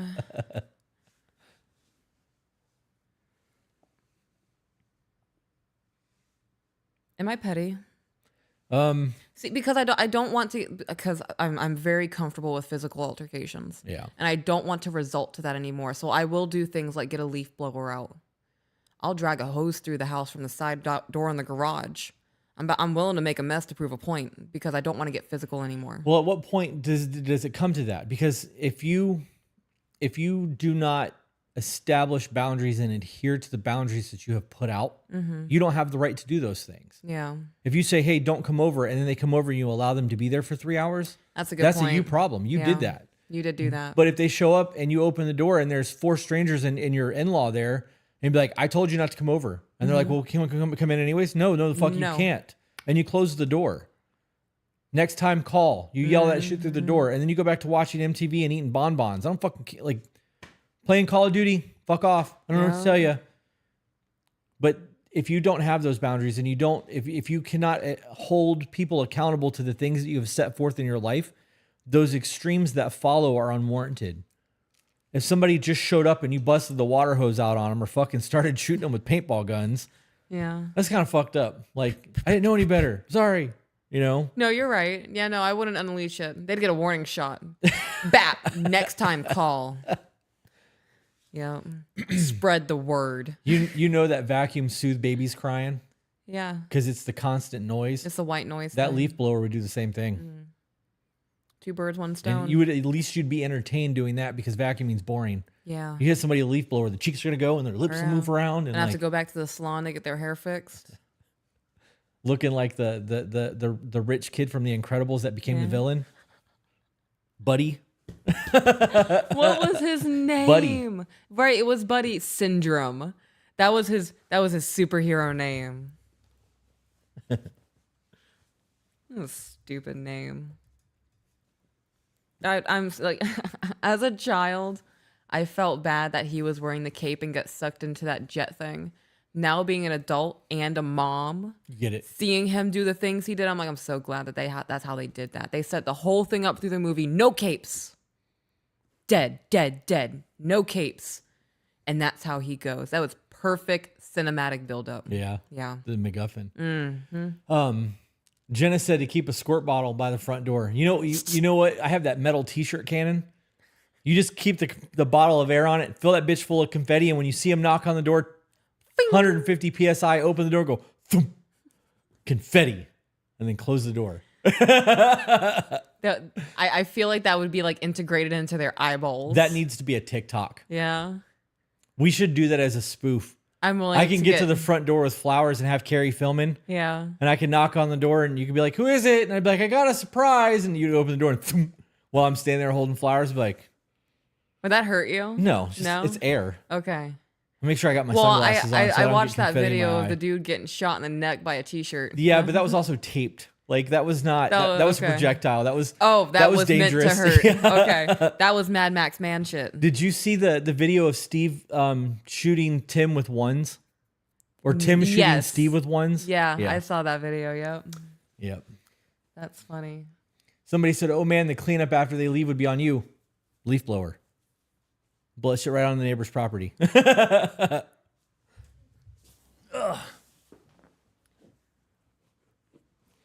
Watch your dirty language. Go back to school and learn English. Good, stupid. Learn good at English. Watch your dirty language. Suck my nuts. Get a big old checker straw and suck the fart out of my ass. Florence. Your fucking stupid ass name. How about that? How about that for being Vulgar. vulgar? I'm just getting warmed up. I've been to prison. I can say all kinds of shit. Let's go. And treat you like a fifi. Get it, babe. Let's get back to the email because that will get very vulgar. That's funny. Yep. All right, back into the email. After that whole shit show, she'd come over all the time after work without washing as an ICU nurse. She came over with her when her husband was sick and didn't care that we had asked her not to.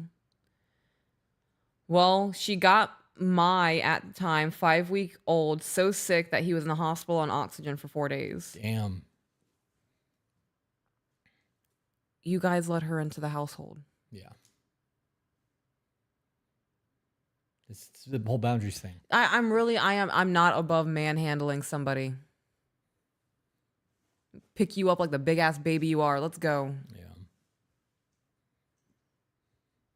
Gotta get my stance right first. Can't let my ankle give out. You do got a bad ankle. I do. They're gonna be so confused at what I'm doing next to them because I'm trying to make sure my balance is right that by the time I go to pick them up, they're gonna be off guard. Yeah. Yeah. They'll be like, what are you doing? Like, I just got to make sure. They wouldn't even know. Yeah, right. And sneak attack. Roll for stealth. It sucks that the baby got so sick. Hey, but she's seen worse. She should know better. Yeah. Right? She's an ICU nurse. Right. She should know better. Right. That would be my argument afterwards. That, right? Everything going on so far has been an absolute issue. I know she really wants to. She's getting that attention. I know. That's right. Keep ignoring her. I'm okay. It's hard, isn't it? This would be you're not welcome here anymore. We asked you not to come over. You came over and our child ended up in the hospital. I wonder what the dad had to say about all that. Probably nothing, pussy. Whoa. It's my mom. Yeah. And if I'm wrong, let me know.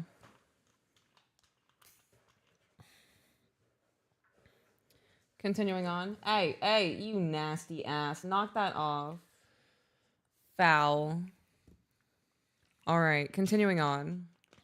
We did what the doctor said would be best by letting him heal and not having company for a couple of weeks to let his lungs totally heal. She lost it again. She screamed at me on the phone and totally tore me apart. She said I was faking postpartum, that I don't know how to be a part of a family, how she is entitled to my child and to feeding him / changing his diaper. I switched to formula because I couldn't get the privacy of my own body. She said a lot of really awful things. Well, yeah, people with higher narcissistic traits will do that when they're not getting their way. Right. They're going to try to beat you down to submission to say, okay, get what you want. I'm tired of you fighting me, or tired of you saying what you're saying, or I want this to stop so you can have what you want. This woman does this to everyone in their life. Oh, yeah. This is not just tailored to her because she's with her son. Right. And because of her son and the people that choose to be in her life or have been there as long, they enable it. They allow it to happen. Yeah. So this woman thinks that she has a right to all of these things. Mm-hmm. Oh, I would love to be her rude awakening. Well, somebody will be eventually. Email her, let it be you. There needs to be a whole lot of boundaries set. Mm-hmm. The beautiful thing about a telephone is as soon as somebody starts getting mouthy, you can hang the phone up. Yeah. I'm not going to do this with you. Call me back when you're calm. I'll mute your ass for the next 24 hours too. I won't even know that you're calling me. Yeah. I don't do that back-to-back phone calls and then the attention grabbing. Well, if you don't answer the phone, I'm going to unalive myself and all of these other things. Go ahead. That just means you're never going to call again and I'm winning. Do your thing, bro. Yep. Don't talk about it. Be about it, pussy. Not playing that game. I don't believe you. Prove it. You won't. Yeah.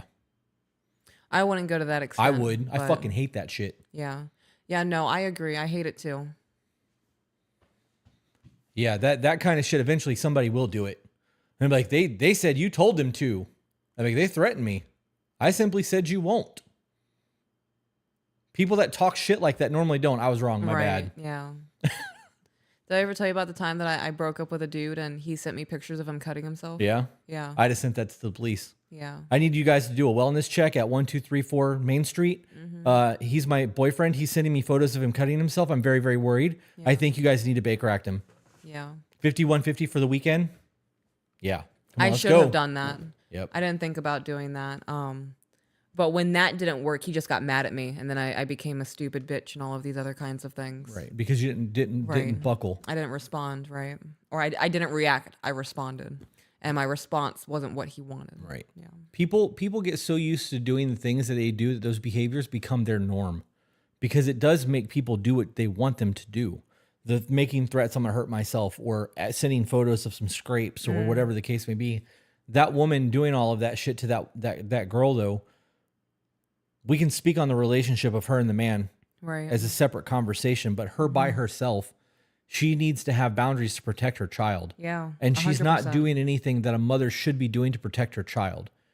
And that alone is a problem. Now you factor in the boyfriend who's not stepping up and doing what he's supposed to be doing in terms of protecting The leader of the household. and leading his household. That's the sheep man. Like there's what was A it lot that of I was watching? It was on Lioness. Last night there was an episode where the lady said that there are 5% of the population is really good. 5% of the population is really fucking evil, and the other 90% are sheep. That makes sense. And you have to figure out where those people lay in their life. And people that are like that are sheep to me. I can't fuck with that. And I agree. when you having a family and not protecting your family and doing everything that you can to No make matter sure that who you're the person is or the Right. threat. yeah, that's an issue for me. Yep.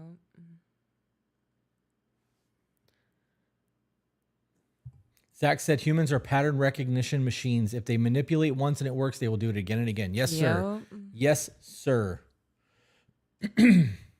Playing stupid games. Continuing on. Yep. We did what the doctor said would be best by letting him heal and not having any company. She tore me apart. I got a therapist and an at-home nurse that helped me.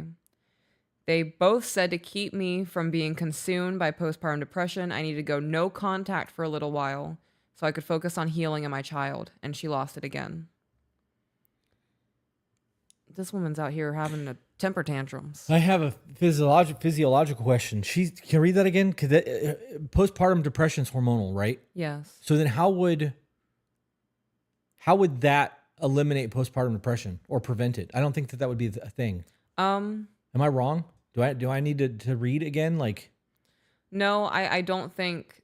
They both said to keep me from being consumed by postpartum depression, I needed to go no Okay. contact for a little while so I could focus on Okay. healing in my child. I didn't hear the consumed part. Yeah. That makes sense. I mean, I agree with that. Yeah. You need to eliminate everything that could inhibit your healing. Right. Through that, yeah. Continuing on. Yeah.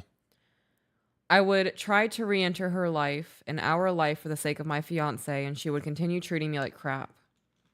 This happened now 3 times of trying to get her back in our life and being treated poorly. And 3 strikes, you're out. At the old ball game. Okay. You're right.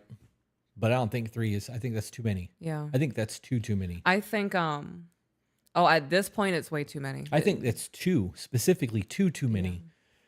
If I say don't do this and you do it and I let you come back in, I have given you permission to do that over and over and over again because you know I don't have a backbone. Right. Because there's no consequences to it. If I'm like, don't do that, and I don't see you for like 6 months, and when I finally see you again, I'm like, the reason I ain't seen you in 6 months is because you did that shit I told you not to do, and I have boundaries and expectations in my life, and we start hitting it back off, the stipulation is going to be, if you do that again, you're never going to be around this fucking baby. Ever. Yep. Right? Like there needs to be some sort of consequence there. You have trained that behavior to let her know that you will continue to go back. Right. Because you feel the need to have her in that baby's life. That's not how that works. Yeah. Oh gosh, could you imagine a little 4-year-old trying to figure out why grandma's like this? Yeah. Yeah. Good on that. Kids are smart as shit too. They are so observant. They pick up on so much and they understand more than you think they do. Some of the things out of our children's mouth flabbergasts me. Just leaves me just Yeah. Yep. Blows my They're mind. sponges right now. Yeah. And because they don't understand sarcasm and they don't understand humor and they don't understand a whole lot of things Social that cues. right, things that adults would view as inappropriate, they don't understand. They think the shit's funny. Yeah. Yep. Yeah. Continuing on. Yeah. I've been in therapy for almost 7 months now because of this. She's gone around to their entire family, making me look like a monster to the point that no one talks to me. They've blocked me and won't respond if I reach out for a get together. Trash took itself out. Yeah. Yeah, exactly. If somebody is willing to believe something said behind my back without talking to me to get my side of the events or perspective or whatever, I don't want you in my life anyway. Right. You're not a data collector. You're just, I was going to say AI, a PC, a wandering Sims character. NPC, that's what it is, yeah. I don't why are you trying so hard? Why would you go after people who are genuinely making your life shitty? I don't know. I think people who feel the need to run to the whole family to get their side out first. It's control. It's control. It's craving to be the victim. I view that as one of the dirtiest manipulation tactics that there are, because you're trying to set the record straight, but you just want to get your lie out there first. Right. Because you're more likely to believe it once it's been told. Right. Because at that point, it's not a matter of your side of the story. It's you having to debunk what was already said. And it's whole lot harder to prove somebody else wrong than it is to just tell your side of the story. Right. That shit's wild to me. Yeah. This is a rough one. Like, this is one of those situations where, like, everything that's happening this far are things that I would have never allowed it to get this far. Oh, gosh, no. The first step in preventing all of this is not having unprotected sex. Yeah. You would never have to deal with this woman.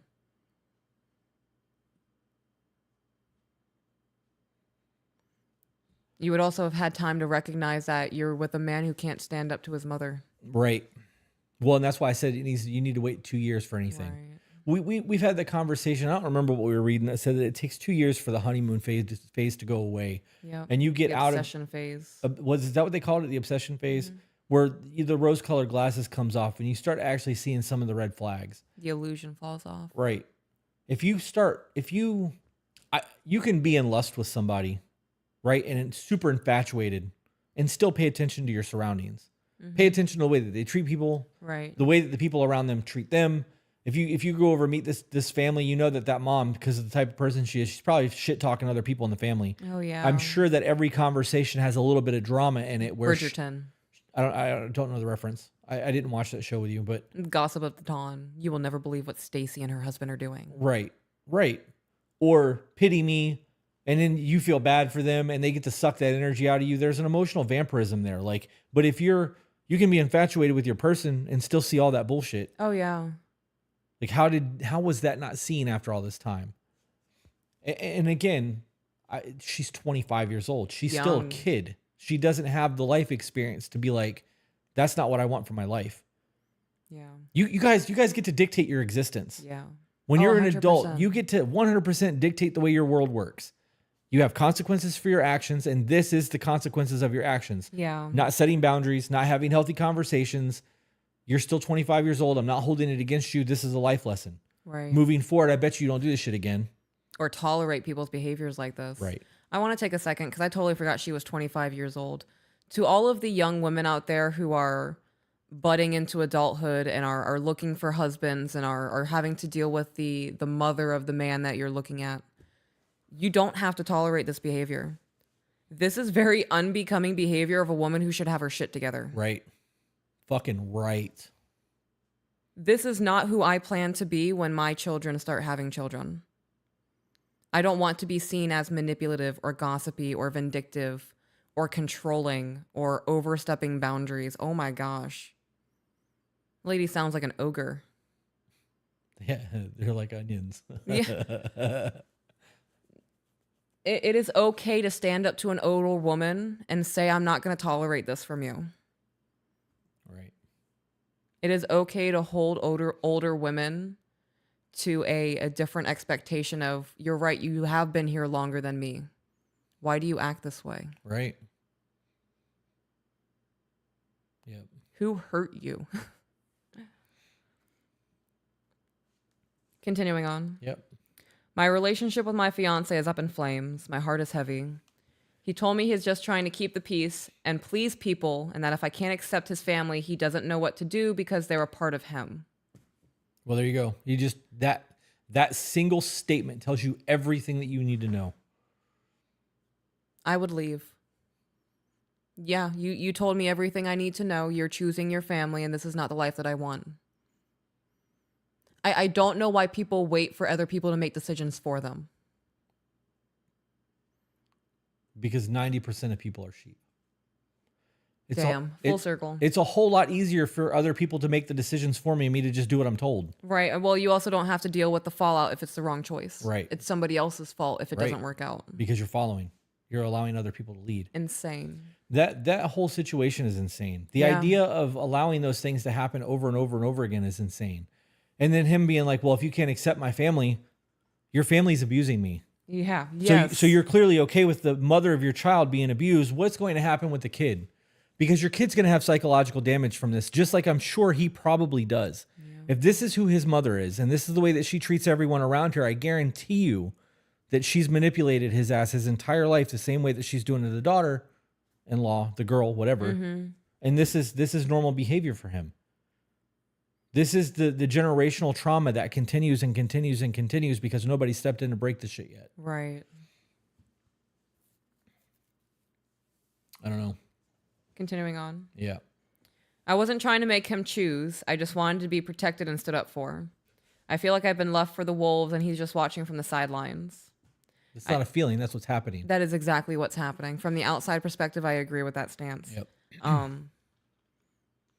You're not with a man, you're with a male.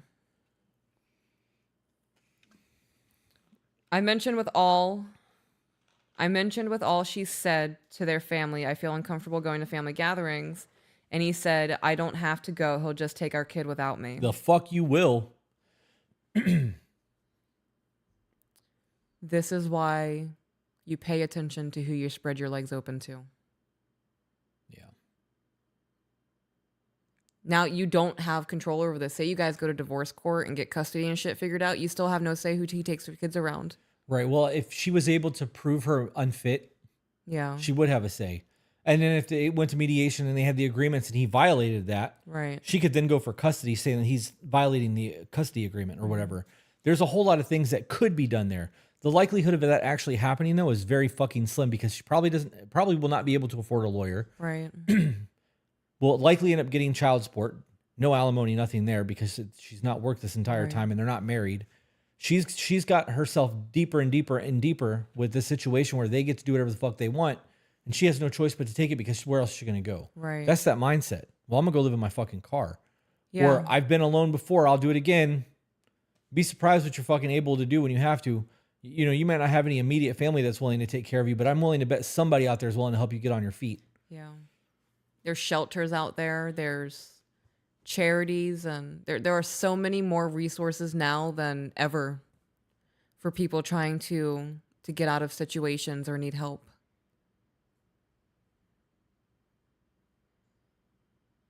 Yep. Continuing on. Yeah. I'm at a loss. Every day is an argument or another problem that she's caused, which he refuses to acknowledge that she has caused. I feel drowned in this new part of life that got the worst start possible.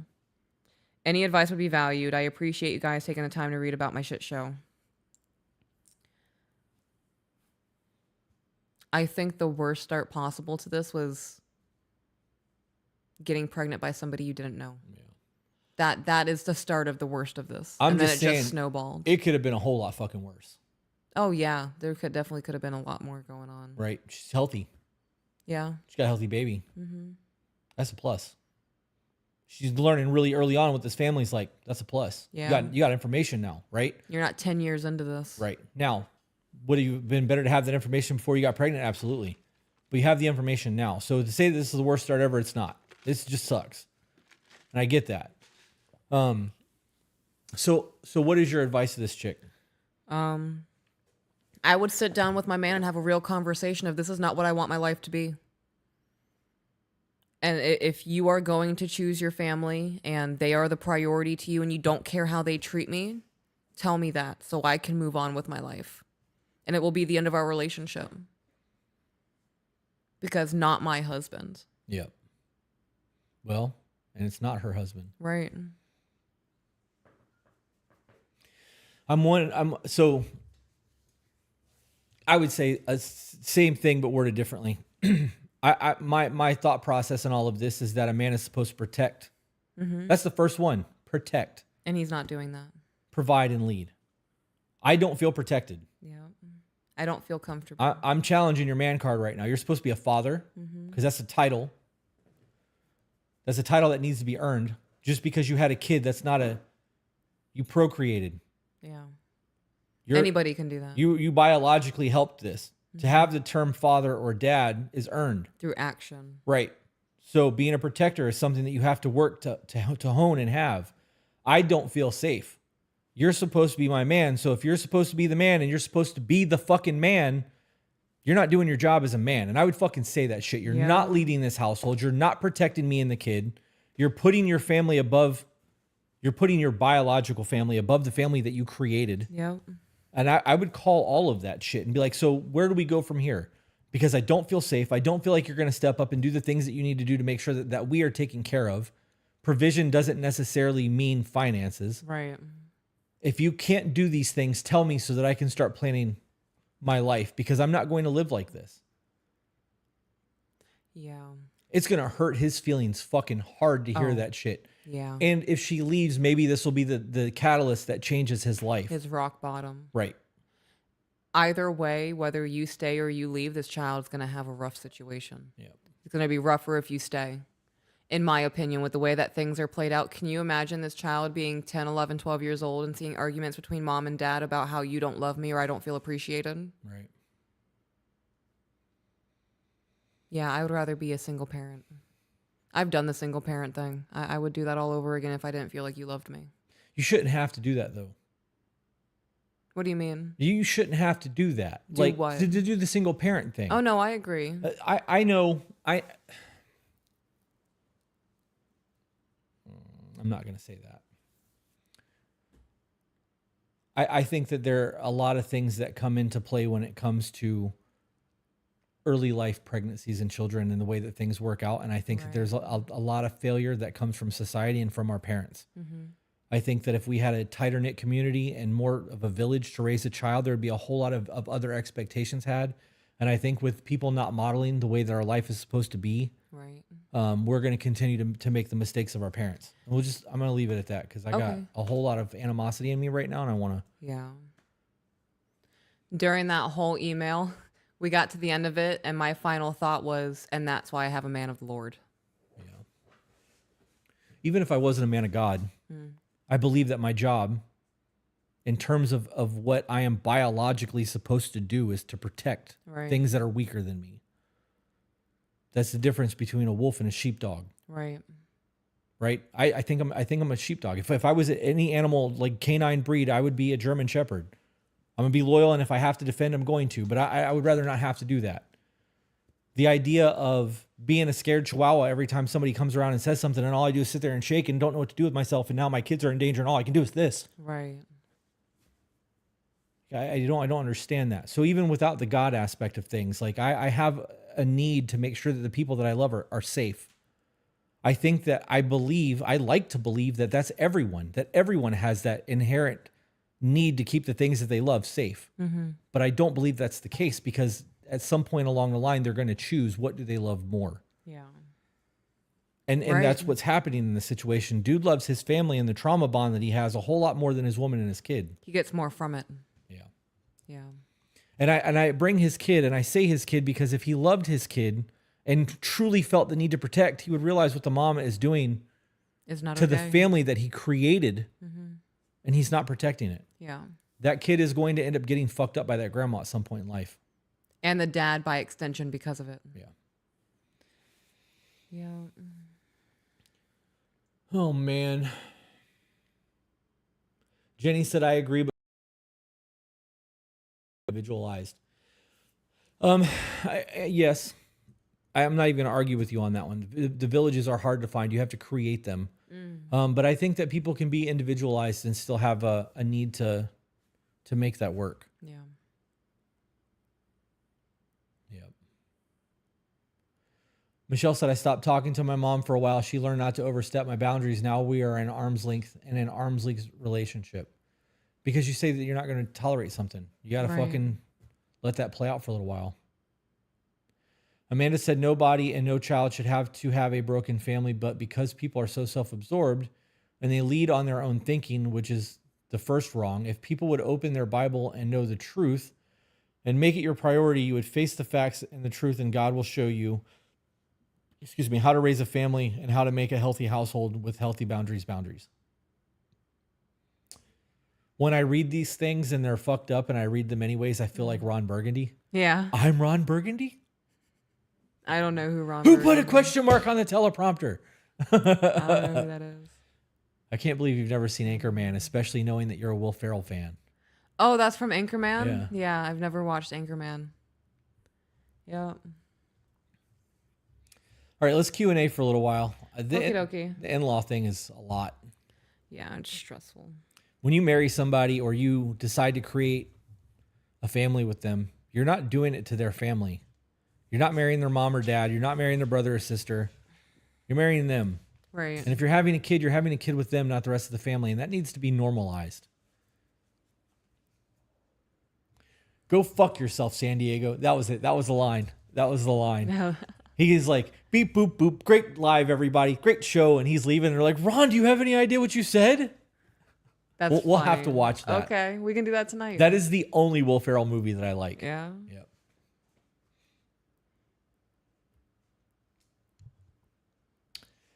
All right, so let's do some. What do you guys got for questions? Who's got their Christmas tree up already?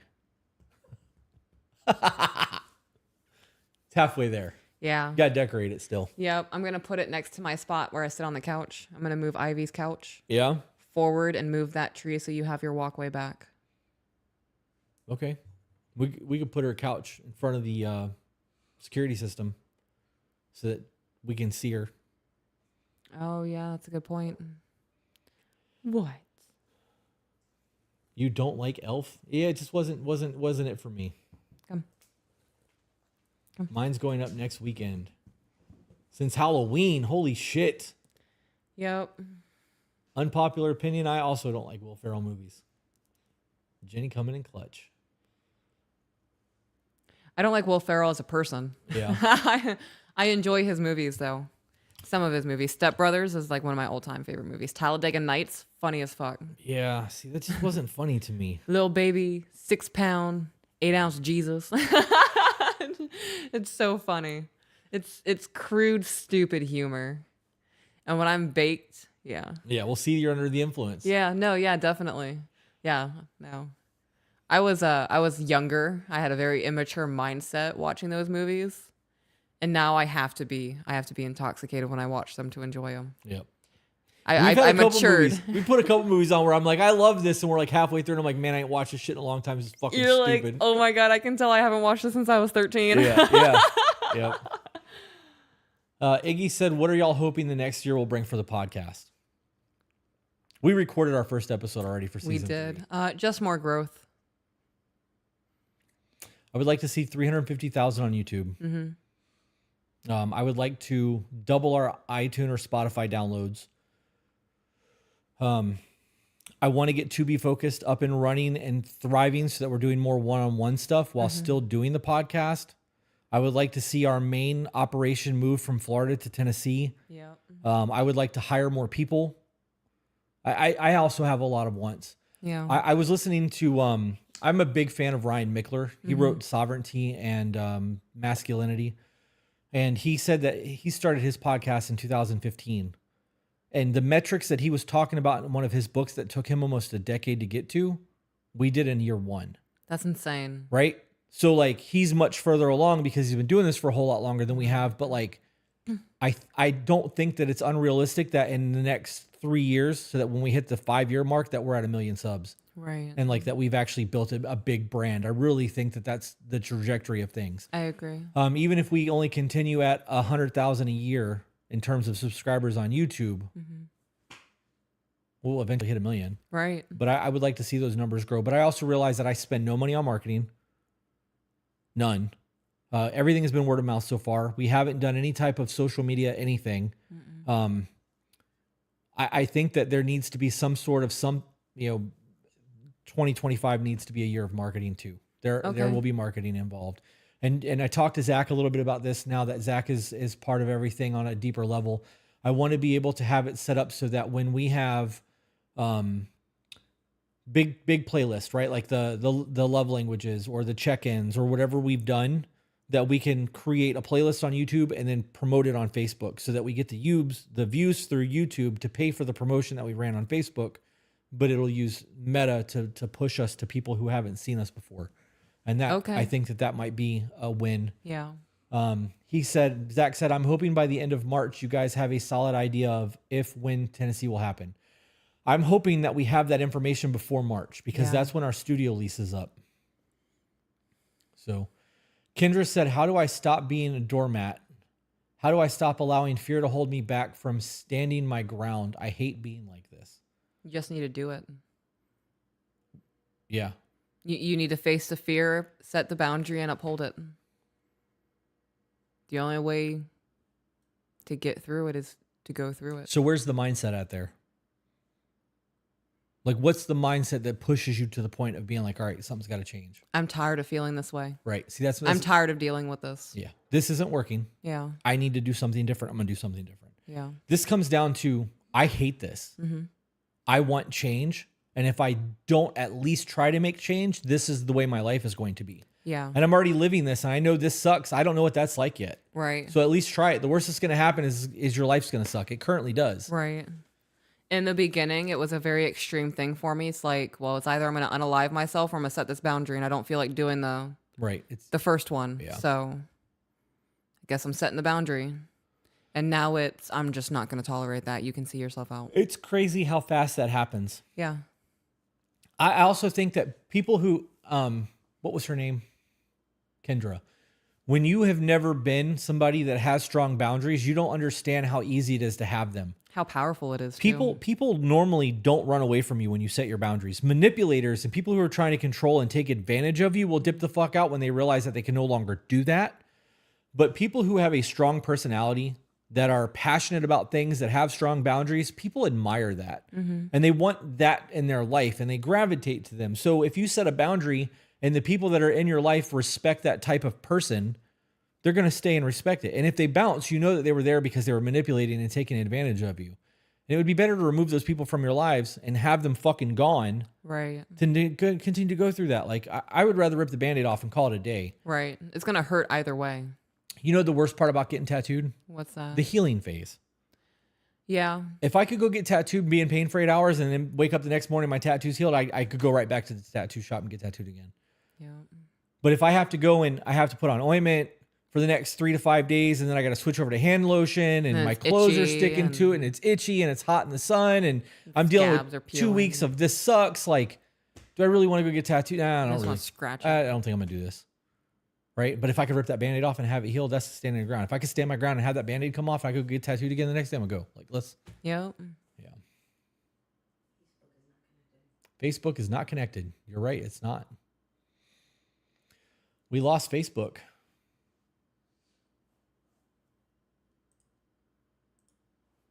Let's see if it'll connect again. We lost Facebook. So itchy. I would like to send y'all an email of my story. I don't want to overwhelm you or sound like I'm trauma dumping. I also don't know what to make the email subject line. Do I put my name in the story type? You just email us at 2BeBetterCo and put whatever you want for the story, the title or whatever. Is it connecting again? Sending stream, sending data. What does that say, Carrie? I can't see it. Sending data. Okay. Well, we'll be back on YouTube in a minute then. So.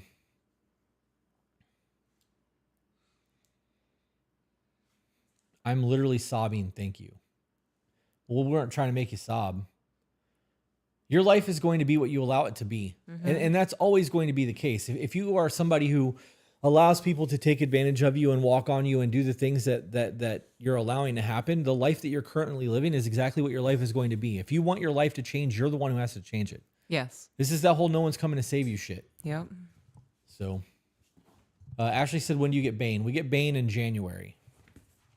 Ivy dog, were you showing off your pretty bow? She was up here looking gorgeous. Oh, hey, girl. that's how we knock things over. Look at her bow, everybody. It's gone. She's a pretty girl. You gotta go potty? All right. I'm going to kill the Facebook thing because it's no longer streaming to Facebook. Okay. Now that that's done, let's see if it'll pop back up. Let's see if this works. That would be... Oh, I just lost YouTube. Dang. Oh, YouTube's back. Oh. All right, let's see if it'll connect to Facebook this time. If not, we can just wrap up and come back live on YouTube. Okay. Or I can just kill that and let it run. I guess it doesn't matter. I would like to take a break. I gotta use the restroom. Ivy's gotta go out. Okay. I want to smoke. Chrissy said, I cry every time I watch. Watch us? Yeah. Same.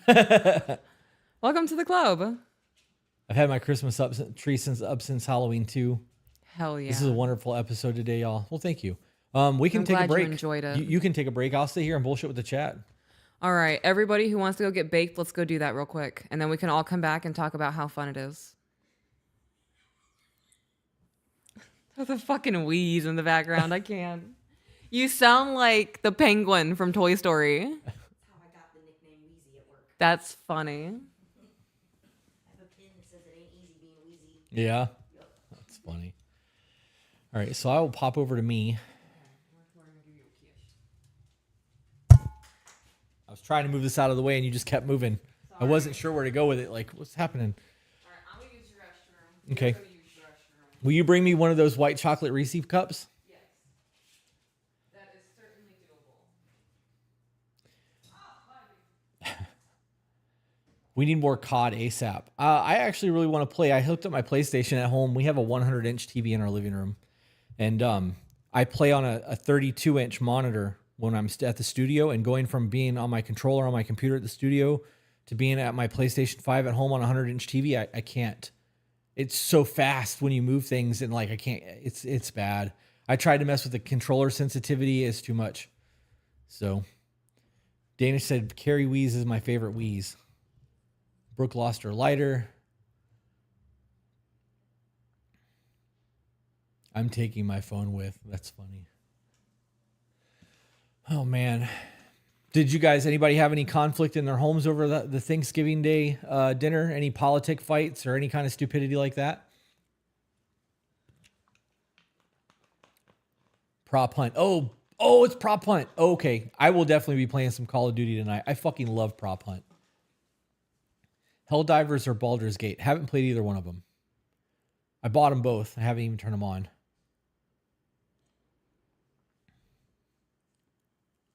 A 100-inch TV is wild. It's too much. It's too much. We have a very large living room, though. So, like, even though it's a giant-ass TV, we're sitting so far back, it doesn't feel like a giant-ass TV. If we had a small living room and we're sitting, a foot and a half away from the TV, it would be way too much. But, damn. What? Just going to forget about me like that? What do you mean? The white chocolate Reese's I asked for? No love.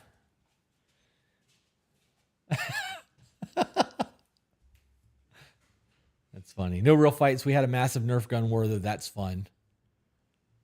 I think Peach will die of laughter, though. I'm actually glad we don't celebrate it here where I live. How are y'all doing on this beautiful day? Thanksgiving was good. We had ham and stuffing, deviled eggs. It was amazing. We have prop hunt on Black Ops 6 now. Really? Yep. So when we're done with the live stream, we can play prop hunt. Thank you, babe. You're welcome. Zach said, I start political discussions on holidays. You're that guy, huh? That's funny. I love these things. White chocolate's my favorite chocolate.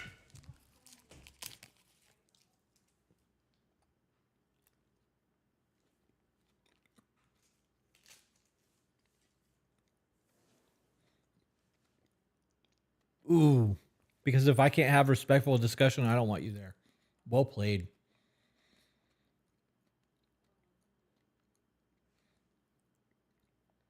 Shelby King, I'm going to read this the way you wrote it. How you feel on men having to be asked to give you more in a marriage. How do you feel on men? I don't understand what you're asking me.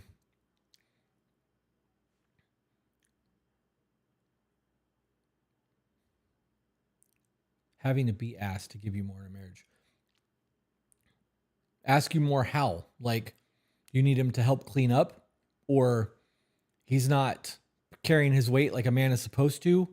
He's there but not present. He's playing video games, getting drunk every night and going to the bar. What is it that you need more in your marriage? I think saying I need more in my marriage that's a blanket statement. I need more money, right? I need more attention. I need to know that at the end of the day that you are my protector and my provider and the leader of our house. I need to know that you are my peace. I need to know that you are my home. I need stability. There's a whole lot of things that you need. What is it in your marriage that you need to get to that point? What are you asking? What are you asking for? I think knowing how to ask what it is that you need specifically is going to be a whole lot easier to make a request that they can fill versus demanding some shit. Hubby and I found out we are expecting number 2. Hell yeah. Like more attention, help around the house, disrespectfulness to myself and my children. Well, you have a conversation about the disrespectfulness. You bring up the things that you think are disrespectful and ask, when you don't want to make I statements or you statements. I mean, when you're having the conversation. So if you need more help around the house, we'll address that one first. More around the house. So we've talked about this at length. You just make a list of all the chores that have to be done during the day and be like, these are all the things that I currently do. I need some help. I don't mind doing all of these things. I hate doing this, and this. Do you think that you could pick this up and make these your responsibility? That's the easy one.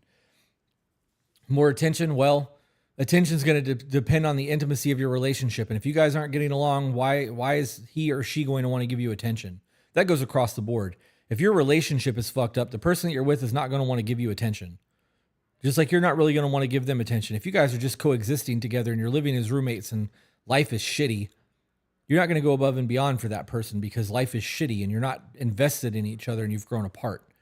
As for the disrespectfulness, that speaks to the last part. If your relationship's fucked up, the disrespect is going to be there. I would start with the check-ins if you can get the check-ins. Advice on having a brother-in-law who tries to tell me and my husband on how to raise our own children when he doesn't even have any of his own. Why? Well, he's a brother-in-law, so your husband should be the one to step up and say, hey, you're crossing boundaries. I love you. You're my brother, but you need to fucking stop. This is my family and you're intervening. Put the pretzel on the top of an Oreo, cover it with chocolate, and add candy eyes. You guys trying to give me diabetes? How do you grow back together? You mentioned your relationship grows apart and you end up in a roommate phase. How do you grow back together? Okay, that's actually a lot easier than it sounds. You start by dating again. And the dates are going to be awkward as fuck, right? Especially if you guys have grown apart to the point where you're existing together out of necessity. It's comfort. Neither one of you really want to be there anymore. You're just kind of making this work because it works. Start dating. While you're on dates, do things, touch each other, sit across from a table and like flirt, talk dirty, send dirty pictures, do things to like make that feel like a relationship again. Once you have connected, you start having the hard conversations. Hey, I noticed that for the first 5 years of our life, we were really fucking doing this thing as a team. And now we're not really doing it as a team. I feel like we've disconnected and I really want to have that connection back with you. So how do we work on that? Do we need to start doing date nights again? Can we have random dates? Can we start doing things together? Can we go on vacation? Like you need to have something that's going to make you want to be around your person. It's normal for people to hit that 3 to 5 year mark and then get to the 7-year itch. And like during that 3 to 7 years, they're not happy because you take things for granted. We talked about this a little bit on a Patreon live. I was getting a decompression table at the doctor's office because my back's fucked up right now. And while I was getting decompressed, I'm looking at this screen and there's a little town there and it's got a road running up the side into some ice-capped mountains, snow-capped mountains, and a river or a lake on one side. And it was like a really dope little landscape. Photographer did a great job on the photo. It made you feel like you wanted to be in that little community. And I'm laying there thinking, and I'm like, I bet the people that live in that fucking town take that view for granted because this is just what they have. It's what they wake up to every day. It's just their life. And then I started thinking that's everybody's relationships. People who have been together for 5 years, 10 years, 20 years, they wake up and just think this is what their life is going to be. You take your person for granted. You fall into routine. You expect them to always be there. You guys have your roles. Everybody's just kind of doing what they need to do to make sure that life is coherent, but you're not living anymore. You're existing together. I want to thrive. So the dates need to happen. You need to have the hard conversations when things start to fall apart. You need to find ways to have quality time together. That quality time could be a long car ride somewhere. It could be a fucking movie night, date night, flowers or chocolates being sent. There could be booty pictures being sent. There's a whole lot of things that you could be doing to make your relationship thrive. The problem is we don't think about the shit because we're just going about our existence and just letting life happen. You have to be intentional. When you first start dating and you're in lust and you've got the dopamine response because you're having all of this interaction with somebody new and all of that's happening, you're like, damn, I'm thinking about her. Oh, I want to make her feel good. Let me send her some chocolate. Let me send her a dirty text message. Good morning, beautiful. I'm thinking about you right now in the morning. It's intentional. Somewhere along the line, we stopped doing that because we already got it. Why should I chase what I already have? I have that. That's a bullshit mentality. It is a bullshit mentality. What are free date ideas? Parks, beaches, hiking, bike riding, fucking people watching at the airport. Man, you can do all kinds of shit for free. Free dates are the best dates because there's no distractions. Don't have people around fucking messing up your shit.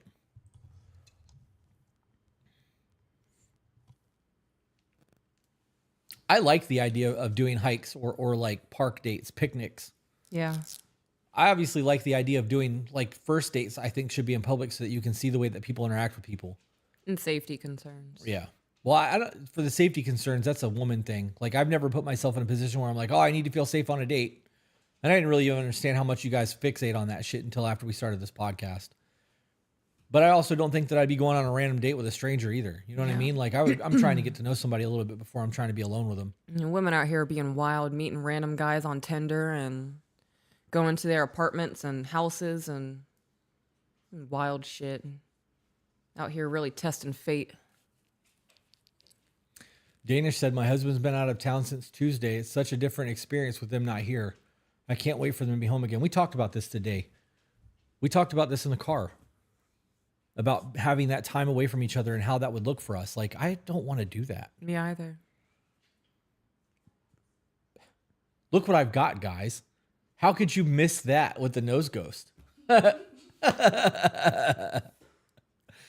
First time she did that shit at me, I flinched. He did, yeah. Have you ever gone to Ren fairs? We have. We've gone to a couple of them. Come. Place. Drive around and look at Christmas lights. That's definitely a free one. Go Well, babies. it's technically not free because of gas, but I have a question for Peach. What are your go-tos when your kids are overwhelming you and you're on sensory overload? I'm really working on patience with my kids and I need more tools in my belt. I send them outside. Duct tape them to the ceiling and throw darts at them. Not like the suction cup darts, not actual darts. To Yeah, be clear. no, right. Duct taping them to the ceiling's fine, but we don't want to hit them with a No. pokey. No. Or puncture organs or something. I send them outside, right? If I'm trying to maintain the household or I'm cooking dinner and they're being too much, go outside. I give them something to do. It's not hard to find something Right. for a kid to do. Practice writing your name 20 times. Yeah. And don't bring it to me until they look decent, right? I don't want 3 capital letters and the rest to be lowercase. I want you to actually try to write your name. Send them on a scavenger hunt. A scavenger hunt shit works. It Yes, gives it you at least does. 30 minutes. I was able to take a shower the other day. I go outside. So I started communicating with the children when they were young. I need a minute. And I need a minute means I am very upset or I'm very angry and I'm trying not to yell at you, so I need a minute. Because I don't want to yell at you. I love you. I don't want to be angry at you. I love you. So please give me a minute. And as they've gotten older, they are actually starting to understand what that means because now they're able to ask me, Mommy, I need a minute. I'm angry. I need a minute. Right. And they take a bunch of deep breaths and they come back to me. I'm like, do you feel better? Are you ready to talk? And they're like, yes. So they're able to actually have that personal experience and understand what I'm saying. Start that regulation early. Right. It doesn't work every time. When I tell them I need a minute, there has been one time where it took me about 30 minutes to get away from the kids. I've been saying I need a minute for 30 minutes. And I'm trying not to lose my mind. I'm trying to regulate, and I don't want to be a parent that yells, and I don't want them to be traumatized the way I was traumatized, and all these things that I tell myself. And I got outside and I closed the door and I took my first deep breath. And our daughter opened the back door and I just screamed, I need a minute, please. Like I'm crying, I'm frustrated. She closed the door, she walked away crying. I feel awful. I was like, I told you guys I need a minute. And after I calmed down, I called you and I was like, fuck these kids. And you're like, babe, no, I get it, but the kids are just kids. And I was like, no, you're right. I'm just overstimulated, overwhelmed, and everything smells too much right now. Yep. And I calmed down and I went back to our daughter. And I was like, I'm sorry I yelled at you. And she was like, it's okay, mommy. I was like, no, it's not okay. I want you to know that I'm sorry that I yelled at you. I needed a minute. I was so upset. And I was like, when I tell you guys I need a minute, it's because I don't want that to happen. And when you keep coming to me and you don't listen to me and you ignore when I ask you for a moment, the explosiveness that I'm trying to keep away is going to creep out. And that's what happened. And I told her that that's something that I'm trying to work on and I don't like being that way. And it's not her fault that I yelled at her. And I told her it's not okay for people to yell at people. And if they don't apologize for yelling at you, that's not somebody you want to be around, those kinds of things. So I've implemented I need a minute. And 9 times out of 10, I go outside and I stand in the grass with my bare feet and I look at trees and I close my eyes and I listen to the wind and I pray. And sometimes I'm able to get away from the children and do it by myself. Sometimes they come with me and do their thing in the yard. And sometimes one of them's crying next to me and the child's not going to wither away into the dirt if I stand here and breathe for the next 30 seconds. Right. You can sit there and have your temper tantrum for 30 seconds while I center myself. Yeah. I think it's important for people to remember that kids by nature are people pleasing. And you see this, if you ever see a kid make a parent laugh, the thing that they did to make the parent laugh is on repeat. Oh, yeah. Because they want that emotional, like I did good, right? It's a reward thing for them. So they'll do the same thing over and over and over and over and over again. And it gets to the point where it's fucking annoying because they won't stop. Yeah. Because they're looking for that laugh. Yeah. But in knowing that kids are people pleasers, when you get super stressed out like that, giving them a task when you need to calm down, like, hey guys, I want the best pine cone in the yard. Yeah. I need you to go out there and grab a pine cone. Or you know what I really need for my dresser is a rock. Go find the best rock that you can find in the yard. Assuming you have a fenced in yard or whatever. Right. Yeah. You know, and also depending on the age of your kids. Like you can get them to go do something. And if they're gone for even 5 minutes, are fantastic. that 5 minutes is all you need to center yourself. And then when they come back, they're going to be excited about all the things that they saw. I also think that people forget what it is to be a kid. Yeah. And like, It's overwhelming to be a kid. right. And it's lonely. Yeah. You have no freedom. You're literally at the behest of everyone else in your life. So if you're a single child and you have no one to fucking play with, of course you're going to be up your parents' ass because you're fucking bored. Your brain is learning right now and there's no stimuli. There's nothing there to keep you engaged. And that's why parents go, here's your tablet. Go watch this. Go in your watch room. TV. Right. Yeah. Samantha said, what is your biggest struggle in the marriage? What is the biggest struggle with us? Or biggest struggle, not with us, but what is your biggest struggle? What's the question? Well, she wrote, what is the biggest struggle in the marriage? In our marriage, what's the biggest struggle? I don't want it to be about us. It should be about anything. What is the biggest thing that you struggle with in terms of the marriage? Not being selfish. What do you mean? Because sometimes I'm upset and I want you to feel how upset I am, but that's wrong. It is. And that's part of my borderline and keeping that in check and making sure that I don't lash out or make you bear the brunt of this dude looked at me sideways in Walmart and now I'm pissed off at all men and you're a man. So now you get to feel how upset I am. Yeah, me knowing the level of whatever you're going through, I think is a good thing, and validating it is definitely a thing. But I don't think that it should be taken out on me, and there's a difference. So that's your biggest thing. That I can think of in this moment. Yeah. I think mine is patience Yeah. because I want so much more than we have, and that's not like a us thing. That's not an us problem. It's a life problem. Like we're doing the life thing, and we're doing it really well. I'm very happy in the marriage. There's not like but like I want the kids to be a little bit older. Yeah, I'm impatient. I get that. Yeah, I'm impatient. I want to travel, I want to be able to rock climb with them hike. and them. Pretty much, I want them to be tall enough to ride all the roller coasters. Yeah. And yeah, living in the moment is a thing too because I am impatient and I want to be able to do all those things, but I also have to remind myself that this is the smallest I'll ever be again. Yeah. Well, see, for you that matters. Yeah, for me it does. As the bonus dad, that shit doesn't mean anything Yeah. to me. I want to get to the point where they've got like we can go play paintball and we can go and like they understand things, and if something's broken, then we can fix it together and like Yeah, so like it's not the end of the world if something happens. right. The little kid aspect is very important to you. I want the later aspect of things. Yeah. But what I mean by the life things for me is like I want to be able to move and I want to be able to travel and do all of that kind of shit. And that is, I am impatient and it's out of my control, and that's where I struggle. So I think that's my biggest one is patience. Yeah. Bandit Gaming said, good afternoon, Chris and Peach and Tribe. So glad to have been a part of this community. Everyone here and Discord has helped me grow so much. It's unreal. I hope your holidays are as amazing as y'all are. Thank you again. Thank you, Bandit, for that. We Thank you. appreciate it. Thank you for being here. Absolutely. Let's see if there's any more super chats as we scroll back down because we've been talking. Any other homeschooling mamas here? That's from Amanda. We will be homeschooling soon, I hope. Yep. Oh, gosh, I can't wait. It's been a big conversation. Yeah. There's places in Florida that does hybrid schooling where they can go to school for a couple of days a week and then be out the rest of the week and do half days or whatever. Unfortunately, the kids' school doesn't do that, and we would have to move them to a new school if we were to do the hybrid schooling. But we will be pulling the kids and doing homeschooling as soon as we're capable. Yep.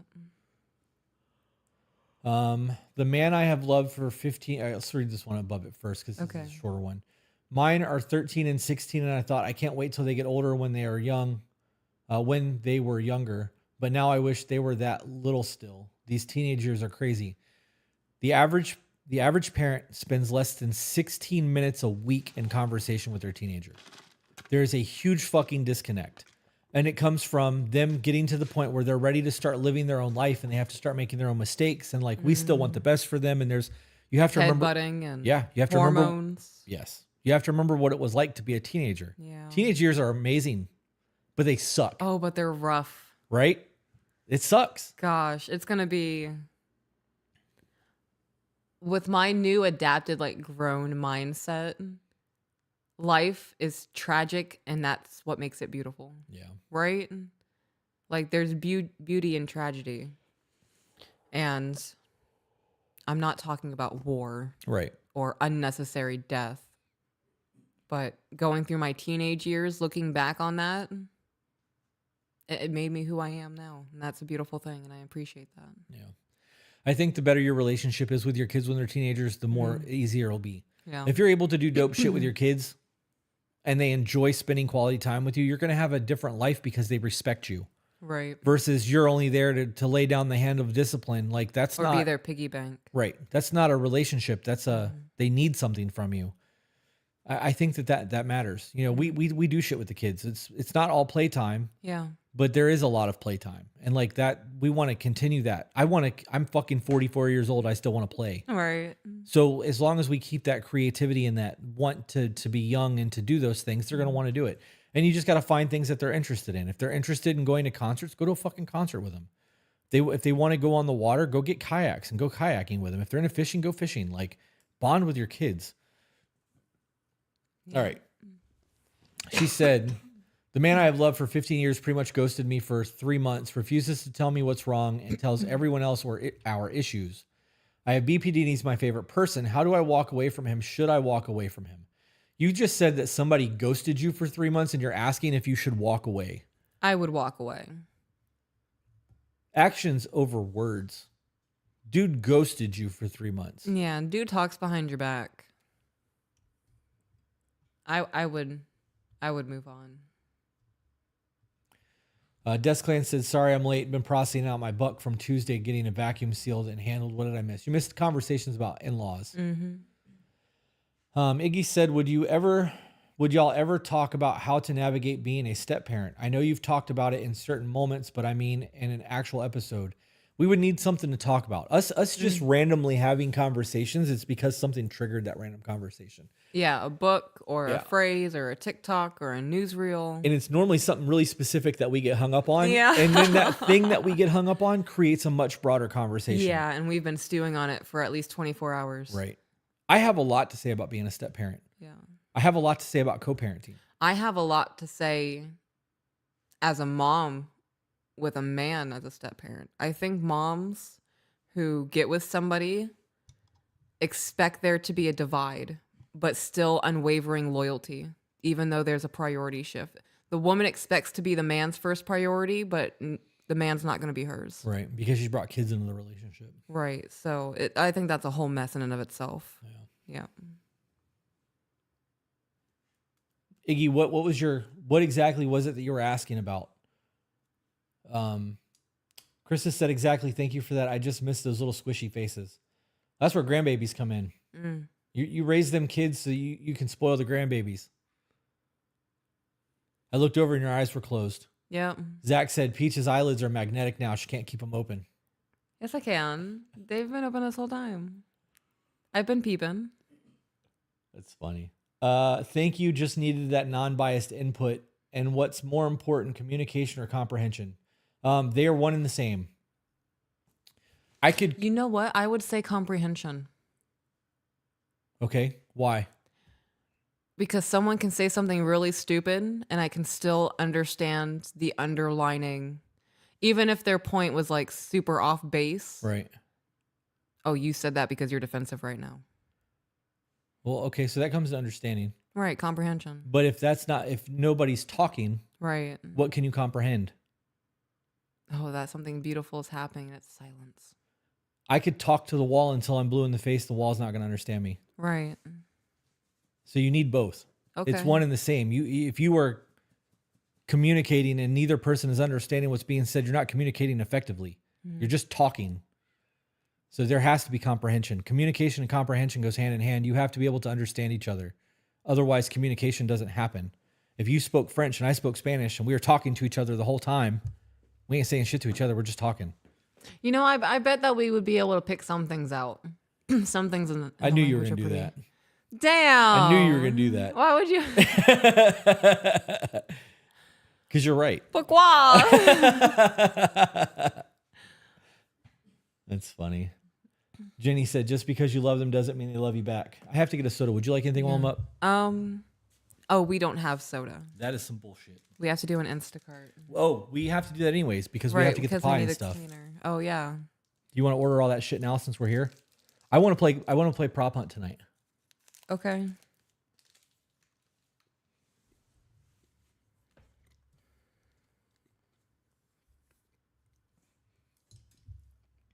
That was a whole lot of peanut butter.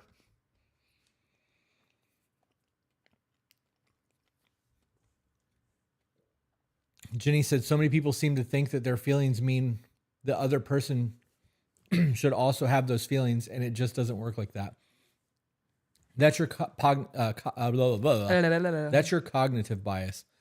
I actually wrote a whole fucking chapter almost on that whole cognitive bias shit. Katie said, I love your podcast. Well, thank you for that. Thank you for supporting us. What's prop hunt? Prop hunt is hide and go seek. Will you stream prop hunt? I don't know. Maybe. Maybe. It's kind of hard to stream prop hunt because if people know that you're streaming it and they're playing, they can just watch. And then they know where you're at. It's cheating. That is cheating. Those fuckers. You want to record it and then play it back. We'll put it up on a delay. Can we do that? Maybe. How long have you been medicating? This is to you, babe. How do you balance usage with having the kids over? I'm not a parent yet, but I'm starting to think of how I like to handle it as a smoker / parent. Oh, golly gosh. It's been almost... How old am I? It's been a little over a decade now. Yeah. I would say a little over a decade that I've been medicating. And At this point, I have built up a tolerance. There's definitely, it takes a lot for this old gal to be like so baked that I'm not here, right? We all know the stone person who's like, you can't talk to them because they'll respond in 15 minutes. That's how long it takes to process. Right. I have a base level of being medicated where I can function, right? Where my anxiety is not inhibiting my life. I'm not spiraling with my PTSD, or my depression is not overtaking my life. I'm able to function as a normal human being. With the children, Ivy, come. Place.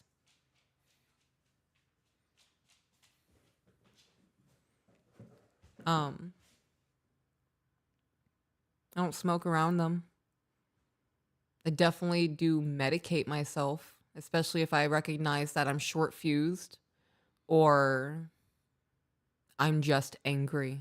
All right. Well, there's a difference Right. between partaking to partake and partaking because it's medicinal. Right. So No, when the children are at their father's house or they're having a fun weekend at Nana's, I'm getting blitzed. right, because it's for fun at that point. Right, at that point, that is totally for fun. I'm trying to see if I have a lag playing Call of Duty and it's not because of my internet. Yeah.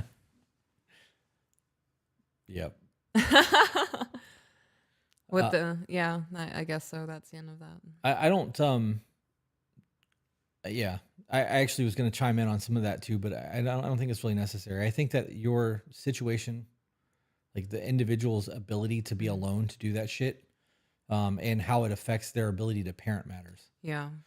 Somebody asked if we got our Christmas onesie yet. We do. We have them. They were delivered. They're way more comfortable than the last 2 years. They're actually like high-end onesies.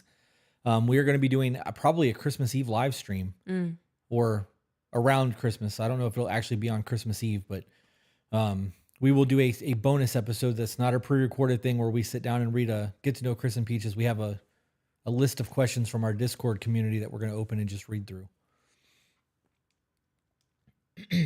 Iggy said, I guess I'm really interested in hearing y'all's opinions on respecting boundaries while also still being involved and helpful, especially when the kids are older, preteens and older. What do you mean on respecting boundaries?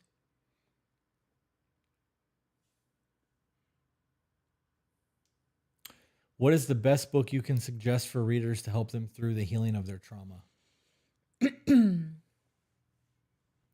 Set boundaries, find peace. That's a good one. Yeah, mine is The Courage to Be Disliked in the Choice Theory book. Yeah. That you got to realize that you got to heal your own shit. Nobody's going to be able to do it for you. Mm-hmm. What is your advice on dating somebody with borderline personality and someone who is borderline schizophrenic? Well, we both have borderline. You can totally make that shit work if you're healed enough in your diagnosis to do that. I want to, can you elaborate on borderline schizophrenic? Are you a borderline personality disorder person who has schizophrenia? Or is borderline schizophrenia you almost have schizophrenia? Like, how does that work? Iggy said, I'm realizing this needs to be an email. Yeah. Yes, it does. I know there's not sodas in there, but I'm going to get up and look anyways. Okay, babe. You get to interact with the chat for a minute. Okay. I'm old. Well, I felt that one. Ooh. Butt. It hurts the butt. Set boundaries, find peace is 10 out of 10. Yes, that was a very good book.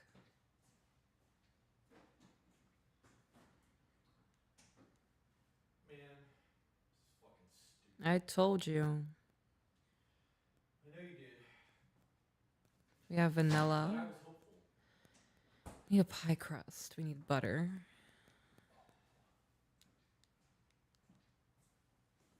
I'm going to drink this disgusting ass energy drink at 4 o'clock. in the Hello, morning. Izzy. My back hurts. Ugh. No, my partner has the borderline schizophrenia. I have borderline, and it makes it a lot harder to communicate to each other. Okay, let's break that down real quick.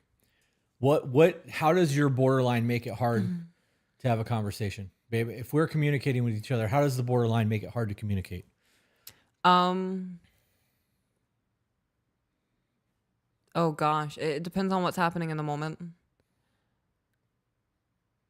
If I feel like I am being blamed for what's happening, that's an issue. Okay. If I feel like I need to defend my reality, that's an issue. If I feel like our marriage is falling apart because of this conversation, my abandonment kicks in.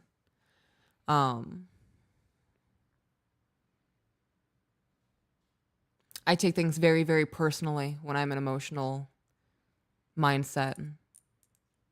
Very, very personally. So the issue here is the emotional mindset. Yeah. Yeah. It really does come down to a lack of communication capabilities. Your borderline may affect your emotions. You still have a choice on the way that you respond to things. And if you choose to react emotionally, you're going to get an emotional response and it's going to create a problem. Right. If you say, okay, I heard what you said. Now I need to think about it so that I can have a well put together response, or you can go back to logic brain thinking. That would help. For those of you who have borderline, if you have not read Buddha and the Borderline yet, I would. It has nothing to do with Buddhism. I don't know why she named the book that. It's not that. But that was the book that helped me realize the difference between emotional brain thinking and logic brain thinking.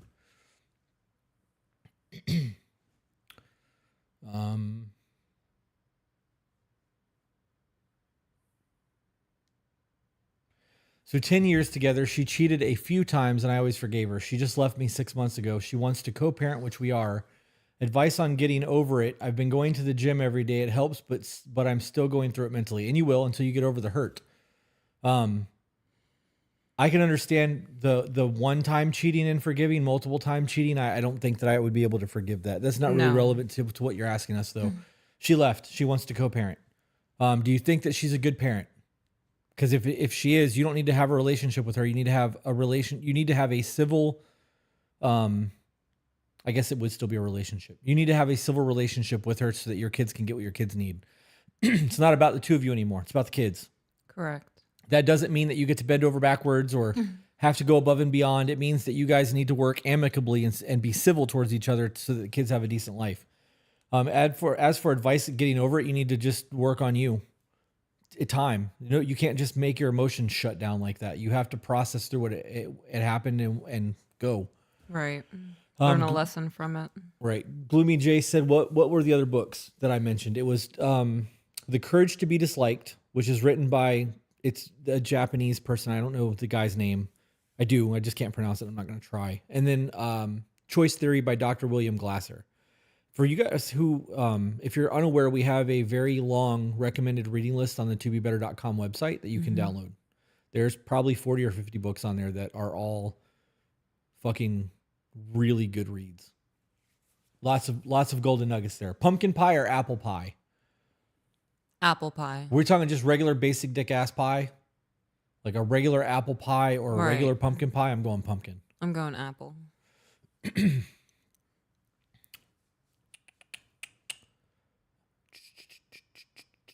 Do we have flour here, Carrie? Does that sound familiar to you? I'm going to get a small thing of flour. We do? Okay, dope. Dope. Alyssa said, I was thinking about doing the Costa Rica trip because we love each other. We just have so much trauma to heal from. You should come. You should fucking come. We're doing live seminars there. Yep. And you'll have access to us to ask us questions, and we'll be able to work with the two of you together while you're there. Yep. Versus trying to navigate a one-sided conversation. Also, December 3rd and 4th, there will be a code that will save you $100 on the Costa Rica trip if you use the code Chris Peach. Chris Peach? Chris Peaches. Chris Peaches. I think it's Chris Peaches. Oh, that's not my pinned thing. Hang on. I should look that up to make sure I know. Chris Peaches 100 is the code. December 3rd, December 4th. If you decide to book on those days. Chris Peaches 100 is the code. It'll save you $100 on Trova. Is there anything you can think of that you need from Instacart? I have your gallons of water. I have the Crystal Light lemonade. There's a bunch of gallons of water here, actually. Did you order all the stuff for the pie? I have it in here, yes. I can't think of anything else. Okay.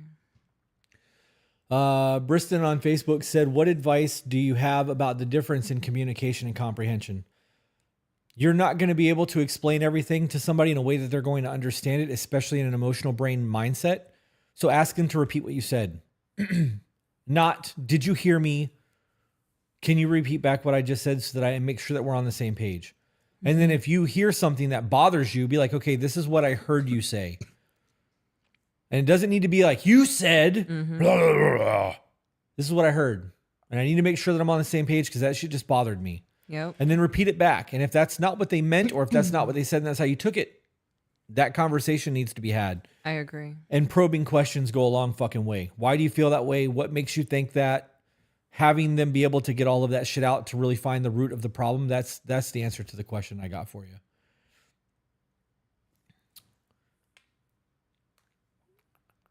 Choice Theory was fucking life-changing. Those were some of my favorite episodes. Yep. Choice Theory was a great book.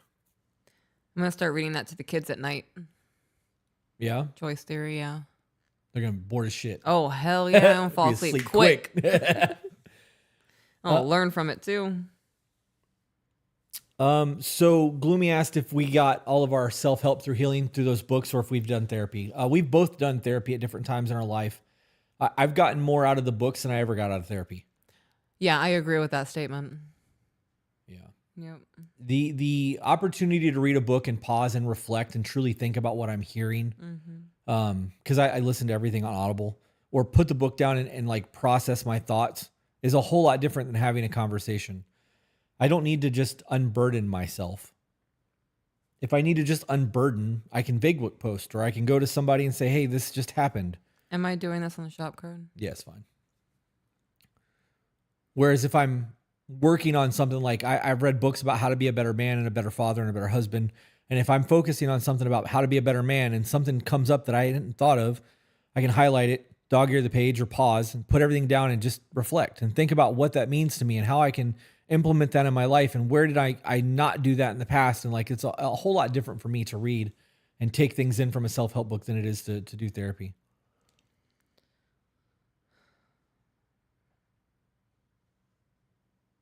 Once I get taxes, I might surprise them. We have 10 spots left for Costa Rica, just so you know. They have a version of Choice Theory Parents, I think. I think it's either that or the teaching. So Choice Theory itself is reality therapy. Choice Theory is the foundation for reality therapy. So if you're going if you have a therapist that does the reality therapy type, that's all Choice Theory. And the book Choice Theory itself gets into how to use it for parenting and how to use it in schooling and things of that nature. But the shortest example of all of that is being able to lay out two options and letting them pick, and then having them having to deal with the consequences of their actions. But Dominique said, I love your guys' content. Is there anything I can read to become a better man for my wife? Yeah. We just, all of the books on our recommended reading list. Amanda said, what to do when your partner has a toxic family that they don't feel is toxic because that's how they grew up. And you don't want to be around the toxic family and you don't want them to be around them, but they want to be around them. Well, the only thing that you can do here is remove yourself from the equation. You can't force people to do anything. You can find a really good way to articulate to your person that they're being abused. But if they don't see it and they don't want to change it and they're happy in their abuse, that they're going to stay there. You can't, this is the woman who's been beaten on for the last 20 years of her life and refuses to leave the man because she loves him. This is her life. This is what she's choosing to do. She believes in that love and she's taking those beatings to get it. Somebody's happy in a toxic situation. You can't force them to leave. You can present them with facts and hope they see it and communicate the needs, but you yourself shouldn't do that shit. Yep. This is trying to save a drowning person. They're going to fucking pull you right down with them. Would you ever consider coming to Brazil? Probably not. Costa Rica's down there. I think Costa Rica will probably be the only South America trip that we do, even though it's Central America. But I would like to go to Patagonia. Yeah. Go all the way down to the end. Mm-hmm. See that kind of crazy ass landscape, but I don't know.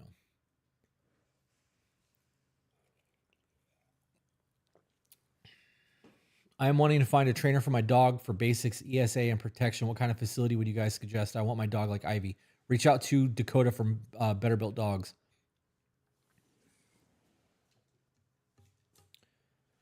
I couldn't get over how similar the relationship between the woman husband and lover in choice theory was to Bridges of Madison County. Didn't they actually talk about that book? Something I read recently talked about that book. Talk about what book? The Bridges of Madison County. Oh, I have no idea. It's called Choice Theory in a Classroom is the name of the book that the person was talking about.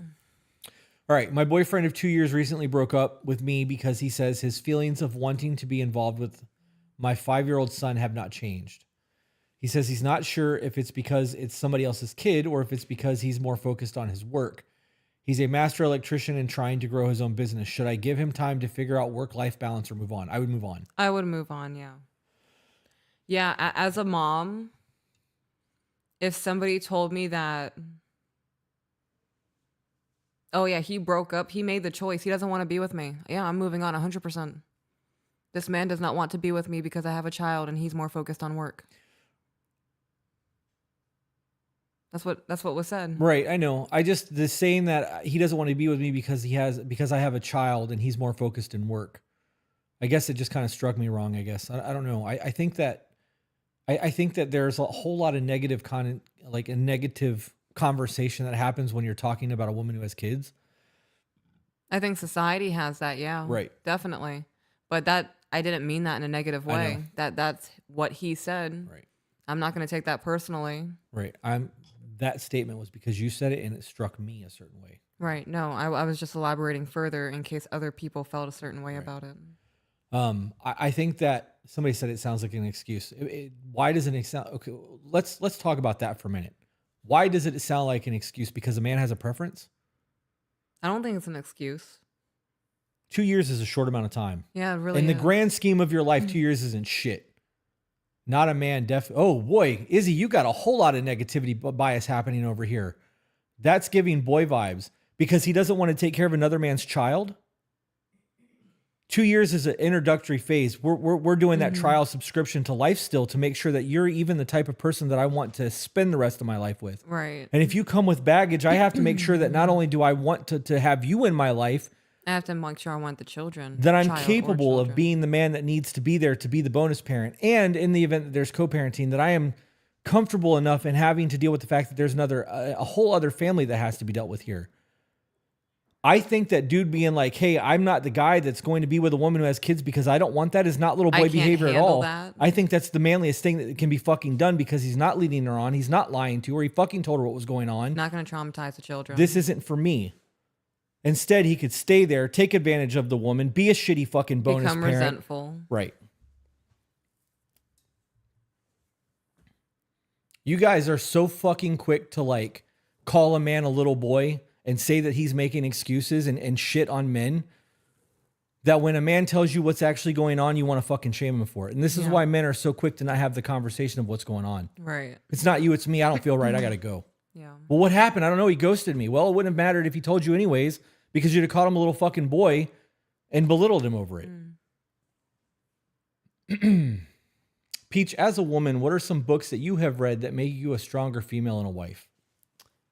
The Proper Care and Feeding of a Husband. Oh my gosh, I'm totally blanking. Surrendered Wife? Yes, Surrendered Wife, The Empowered Wife, 4 Agreements.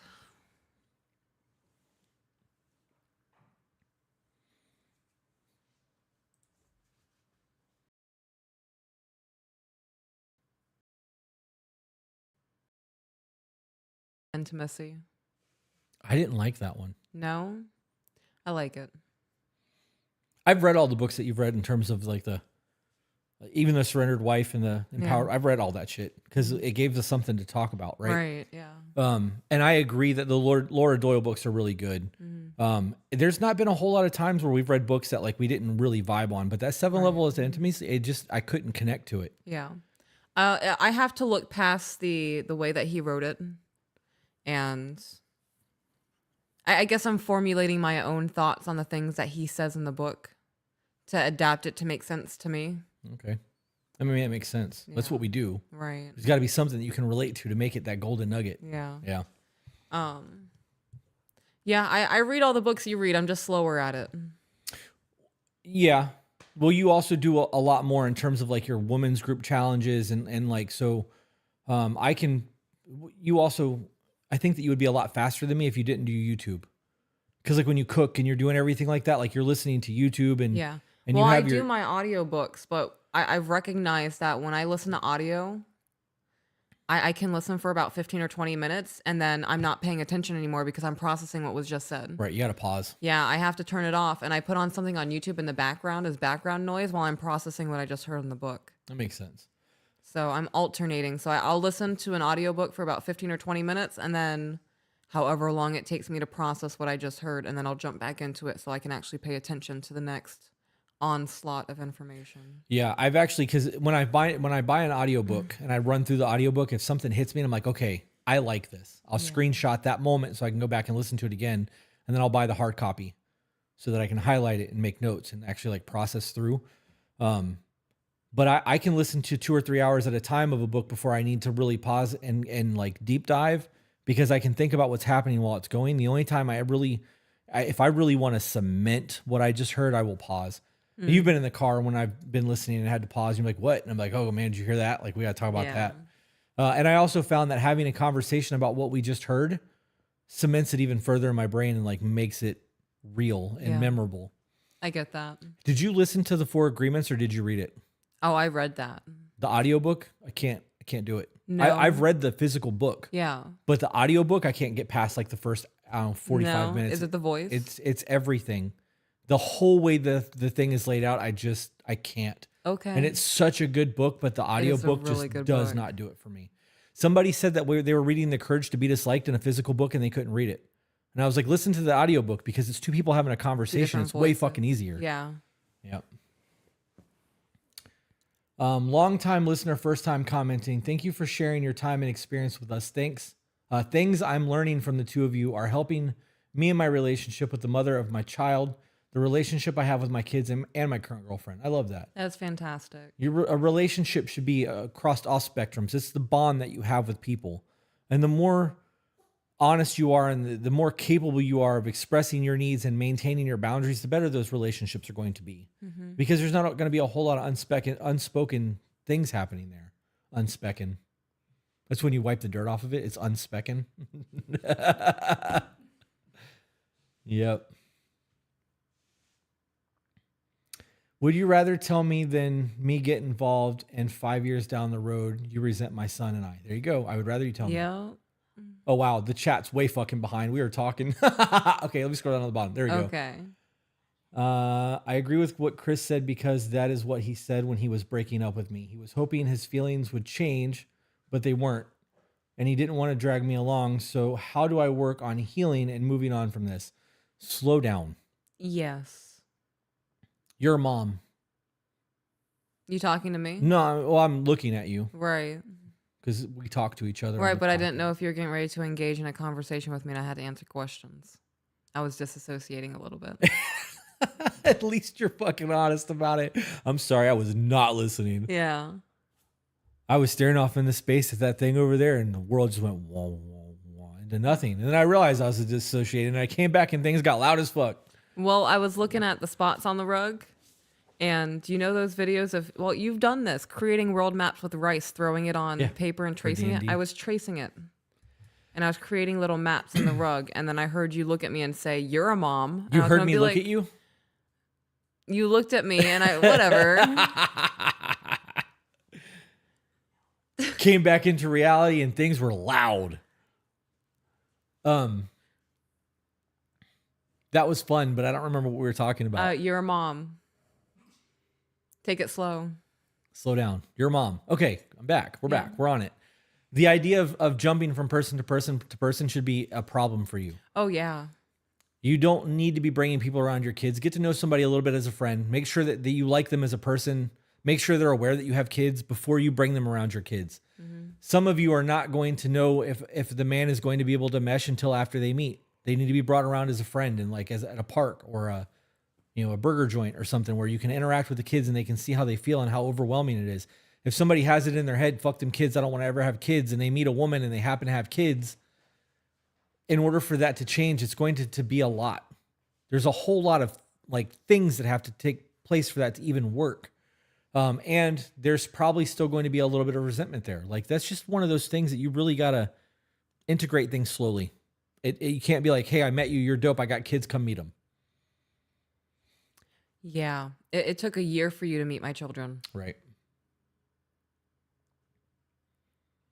It was a lot. Yeah. And there was a lot of conversation. Like, once we actually started courting about the kids, like we weren't sure how serious things were going to get because you being a mom. And like, I didn't want to do the kid thing. My kid's grown. Like, I don't want to, but there was your kids were very young still. Both were still in diapers. Yeah. But there was like, how do we want to make this work? Like, they don't even have a personality yet. I could have a hand in the year-old shit-nosed little kid who's, you're not my fucking dad, you piece of shit. You know what I mean? And like, playing that game, it's you're gonna have different seasons in your life. But I would respect a man who meets a woman and like, you guys start courting and finds out you got kids and be like, yo, I don't want kids, I'm sorry, this isn't gonna work. Yeah. There's an honesty in that. You can't be mad at them. And like, as a single parent, man or woman, you can't be mad that somebody doesn't want to come in and try to make a family with you. You had a family. Right. You know what I mean? Like, that's a whole big ass undertaking. Mm-hmm. And I know that narrative right now of men not wanting to raise or not be with women who have kids is a negative thing. It's not negative at all. It's a preference. Right. I agree with that. And that dude's saying, I don't know if it's because they're not my kids. That's how much fucking more honesty do you want? That's true. I'm upset that the kids aren't mine. Like, we're doing dope ass shit, and I fucking love those kids. Your kids. I have no right to them whatsoever, other than the fact that I'm married to you and they're your kids. Right. Like, I would adopt them, give them my last name, whatever. Like, I fucking love those kids. But I didn't just meet you, fall in love with you, and be like, you got kids, love you guys. Oh yeah, no, there were growing pains. Took time. If you had rotten ass kids and you were a shitty parent and you had tons of drama with your ex. And I told you that you can't have a hand in how these kids are raised because they're my kids. Right.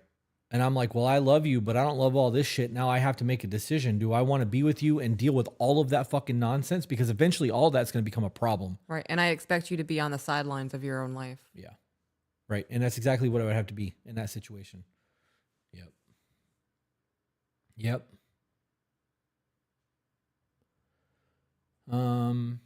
Meeting my boyfriend's daughter's mom today and his daughter. That's cool. That's dope.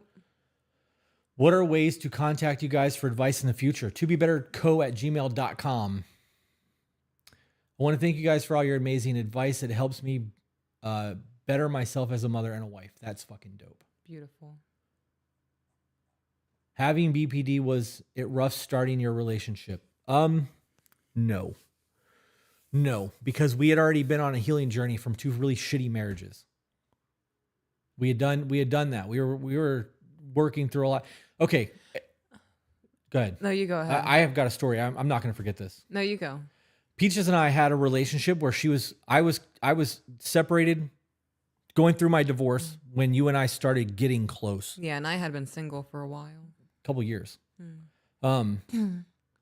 And you were neutral ground. Yeah. Like you and I were friends way before that, but like you weren't integrated into our social circles. No, I was very new to the scene of things. So it was very easy for me to go, hey, what are you doing right now? Like, I'm going to fucking vent because you're my friend now and you don't have friends with all of my other friends. And like, I'm not going to talk shit or gossip. And you got to see all the ugliness in me, all of it.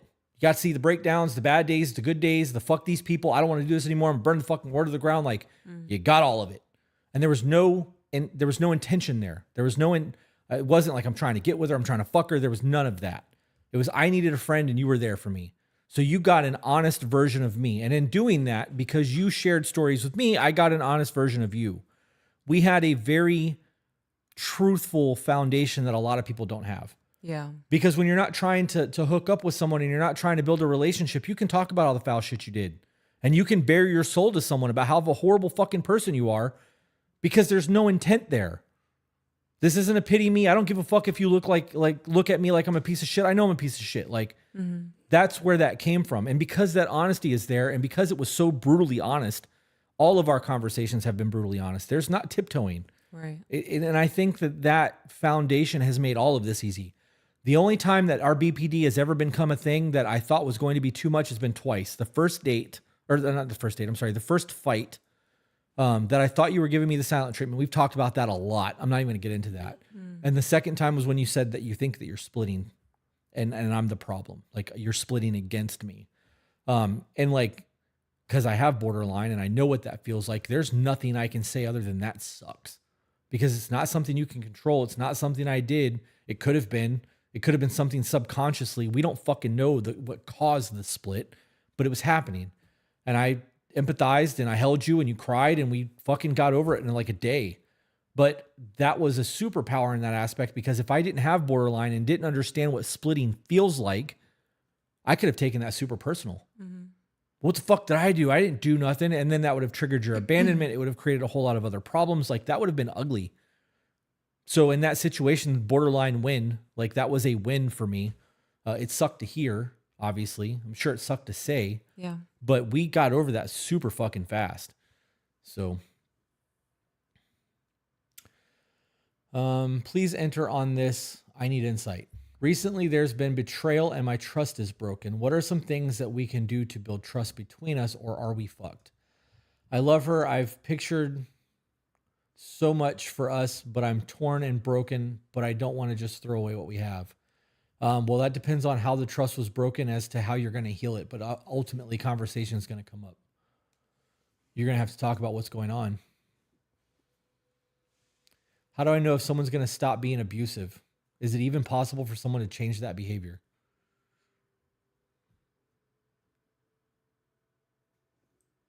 I'm not going to give somebody the opportunity to try to change that. You had the opportunity to not be that way. Yeah. Yell at me once and I tell you once, don't raise your voice at me. You raise your voice again, I'm leaving. Yeah.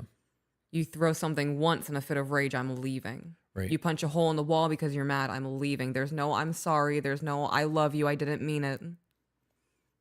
I agree with all of that. Yeah. You never know how things are going to escalate. Yeah. And I believe that the ability to call yourself a good man means that you have to be an emotionally regulated man. It's really easy to use your anger as a tool to scare people, to manipulate people, to get people to back down. Anger is a tool, and if used effectively, it can do a whole lot of shit, but it can also make your person scared of you, right? And like, that's not the time to be using that tool. Right. You don't need a fucking hammer right now. You need a screwdriver. Like, let's pick the right tool for the job. And if it's going to take me a whole lot longer to get things done because I've got the right tool than trying to bulldog shit through with force, like I'd rather take time and make sure that it's done right than break shit trying to get it done. Really bad metaphor, but like that's where I'm at with that. I'm not trying to fucking have scream matches. I don't want to fight. I don't think that we should get to the point where we need to have a fight. I think if we've gotten to the point where we're having a fight over something, it's because our communication failed prior and we didn't listen to each other. Mm-hmm. And that's really what it comes down to. Right.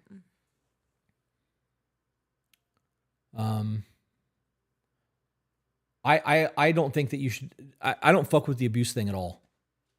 Don't care what it is. Psychological, physical, Financial, emotional, financial, spiritual, any of that. Abuse is off the table. The moment that shit happens, get the fuck out of there. Yeah. We're right. Not negotiating that.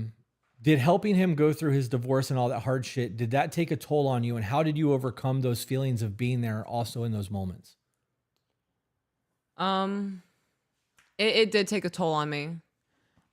Because you weren't pretty in those moments.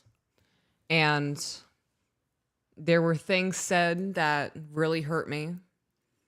There were things said and recanted that hurt me. And I understood that you were just going through a mess right now and that I had to try my best not to take things personally. Yeah. Yeah. I really think that the honesty and all of that, though, and like the way that all that played out is that seeing the good, bad, and the ugly, you know what you're getting. You know? Jenna said splitting and resolving it in one day says everything. That typically doesn't happen. Nope, it doesn't. Is this live really still going? LOL. It is. Where were we, like 3 hours in? 3 hours and 30 minutes in? We can wrap up if you want to wrap up, babe. I know you keep checking your phone. What's going on over there? This is the Instacart. Okay. I have to be very cumulative with my bipolar, and sometimes I think he sees it as an excuse. He might. Somebody that doesn't have a mental illness or the same mental illness may not understand it. You can tell people that you understand what they're going through, but you don't. You understand what they've told you. You will not understand the complexity of it. It's just not possible. Your borderline and my borderline looks very different. Mm-hmm. So if you're having a borderline episode, you can tell me the name of what you're going through. And if I've experienced that, I can go, okay, I understand that, what I went through, but it's not the same. You and I could have a very different reaction to the exact same thing. And that's just the way things go. Mm-hmm. But for somebody to tell you that you're using it as an excuse means that they're either trying to manipulate you or you are trying to manipulate them, or this just isn't the right situation. Anger and puffing out chest as men is our animal instincts. We are better and by now must have situated control with that emotion. I read something the other day that said, and it was written by somebody who knows a lot of Navy SEALs and like operators, like real fucking threats of a human being. And they were like, the most dangerous people I know are the most calm, emotional, loving, compassionate. Regulated. Right. They're soft. It takes a whole lot of violence to get to that point to know that like I can do it if I have to, but that's not what I want to do. Right. They also have experienced the outcome of that. Right. In the true sense of experiencing that outcome and understanding what they're capable of. Right. I think the extent of puffing our chest out, like walking into an unknown situation, there are things that we physiologically do without recognizing. Puffing our chest up, looking around, being hyper aware of the situation because we're uncomfortable. Right. I think that's normal behavior. Doing that to our person, I think, is a choice. Oh, yeah. Yeah. Loud verbal fighting shuts me down as I grew up watching my mother being screamed at all the time. But when I have enough, I grenade. When I have enough, I grenade. That's bullshit. That's a choice. You allow it get to that point and then blow up and say, well, I exploded. I binge your podcast during work. You guys have such great advice. Thank you for that. Thank you. Sometimes I wonder if I will ever get someone to understand my BPD and how it controls me. And I feel at times, and then they say it's just an excuse. Your BPD controlling you is a you problem, not a them problem. Your BPD controlling you is a problem. That is a problem. Allowing your emotional state to control your actions and dictate your reactions to things means that you got a whole lot of fucking work to do. Mm-hmm. As somebody that has borderline, I would not expect somebody to stay in my life if I was a reactionary, unhealed problem with my borderline.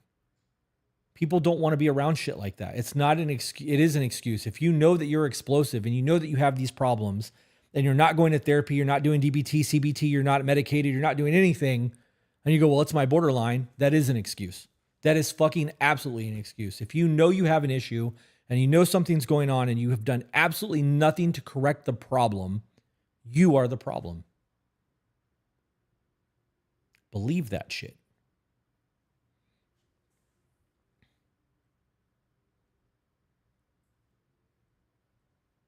Trying to find better built dogs, but website is blocked. Do I go to Instagram or somewhere else? He is on Instagram and TikTok. It's a blue like outline around a dog wearing a tactical mask. Is Dakota's thing. Mm-hmm. How can I get my partner to better communicate with me, like when things are upsetting him? You need to be the safe place, and he's got to learn that.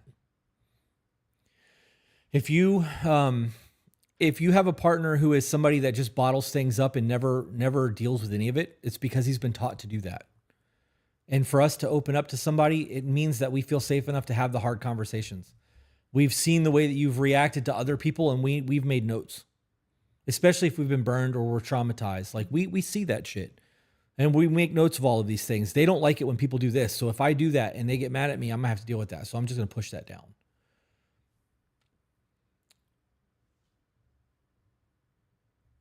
Any of the books that you recommend on topics revolving around angry and how to let things go? Anger. Yeah. The both of the books that I mentioned earlier, Choice Theory and The Courage to Be Disliked. I know for a fact that The Courage to Be Disliked talks about anger, and it talks about how anger is a choice.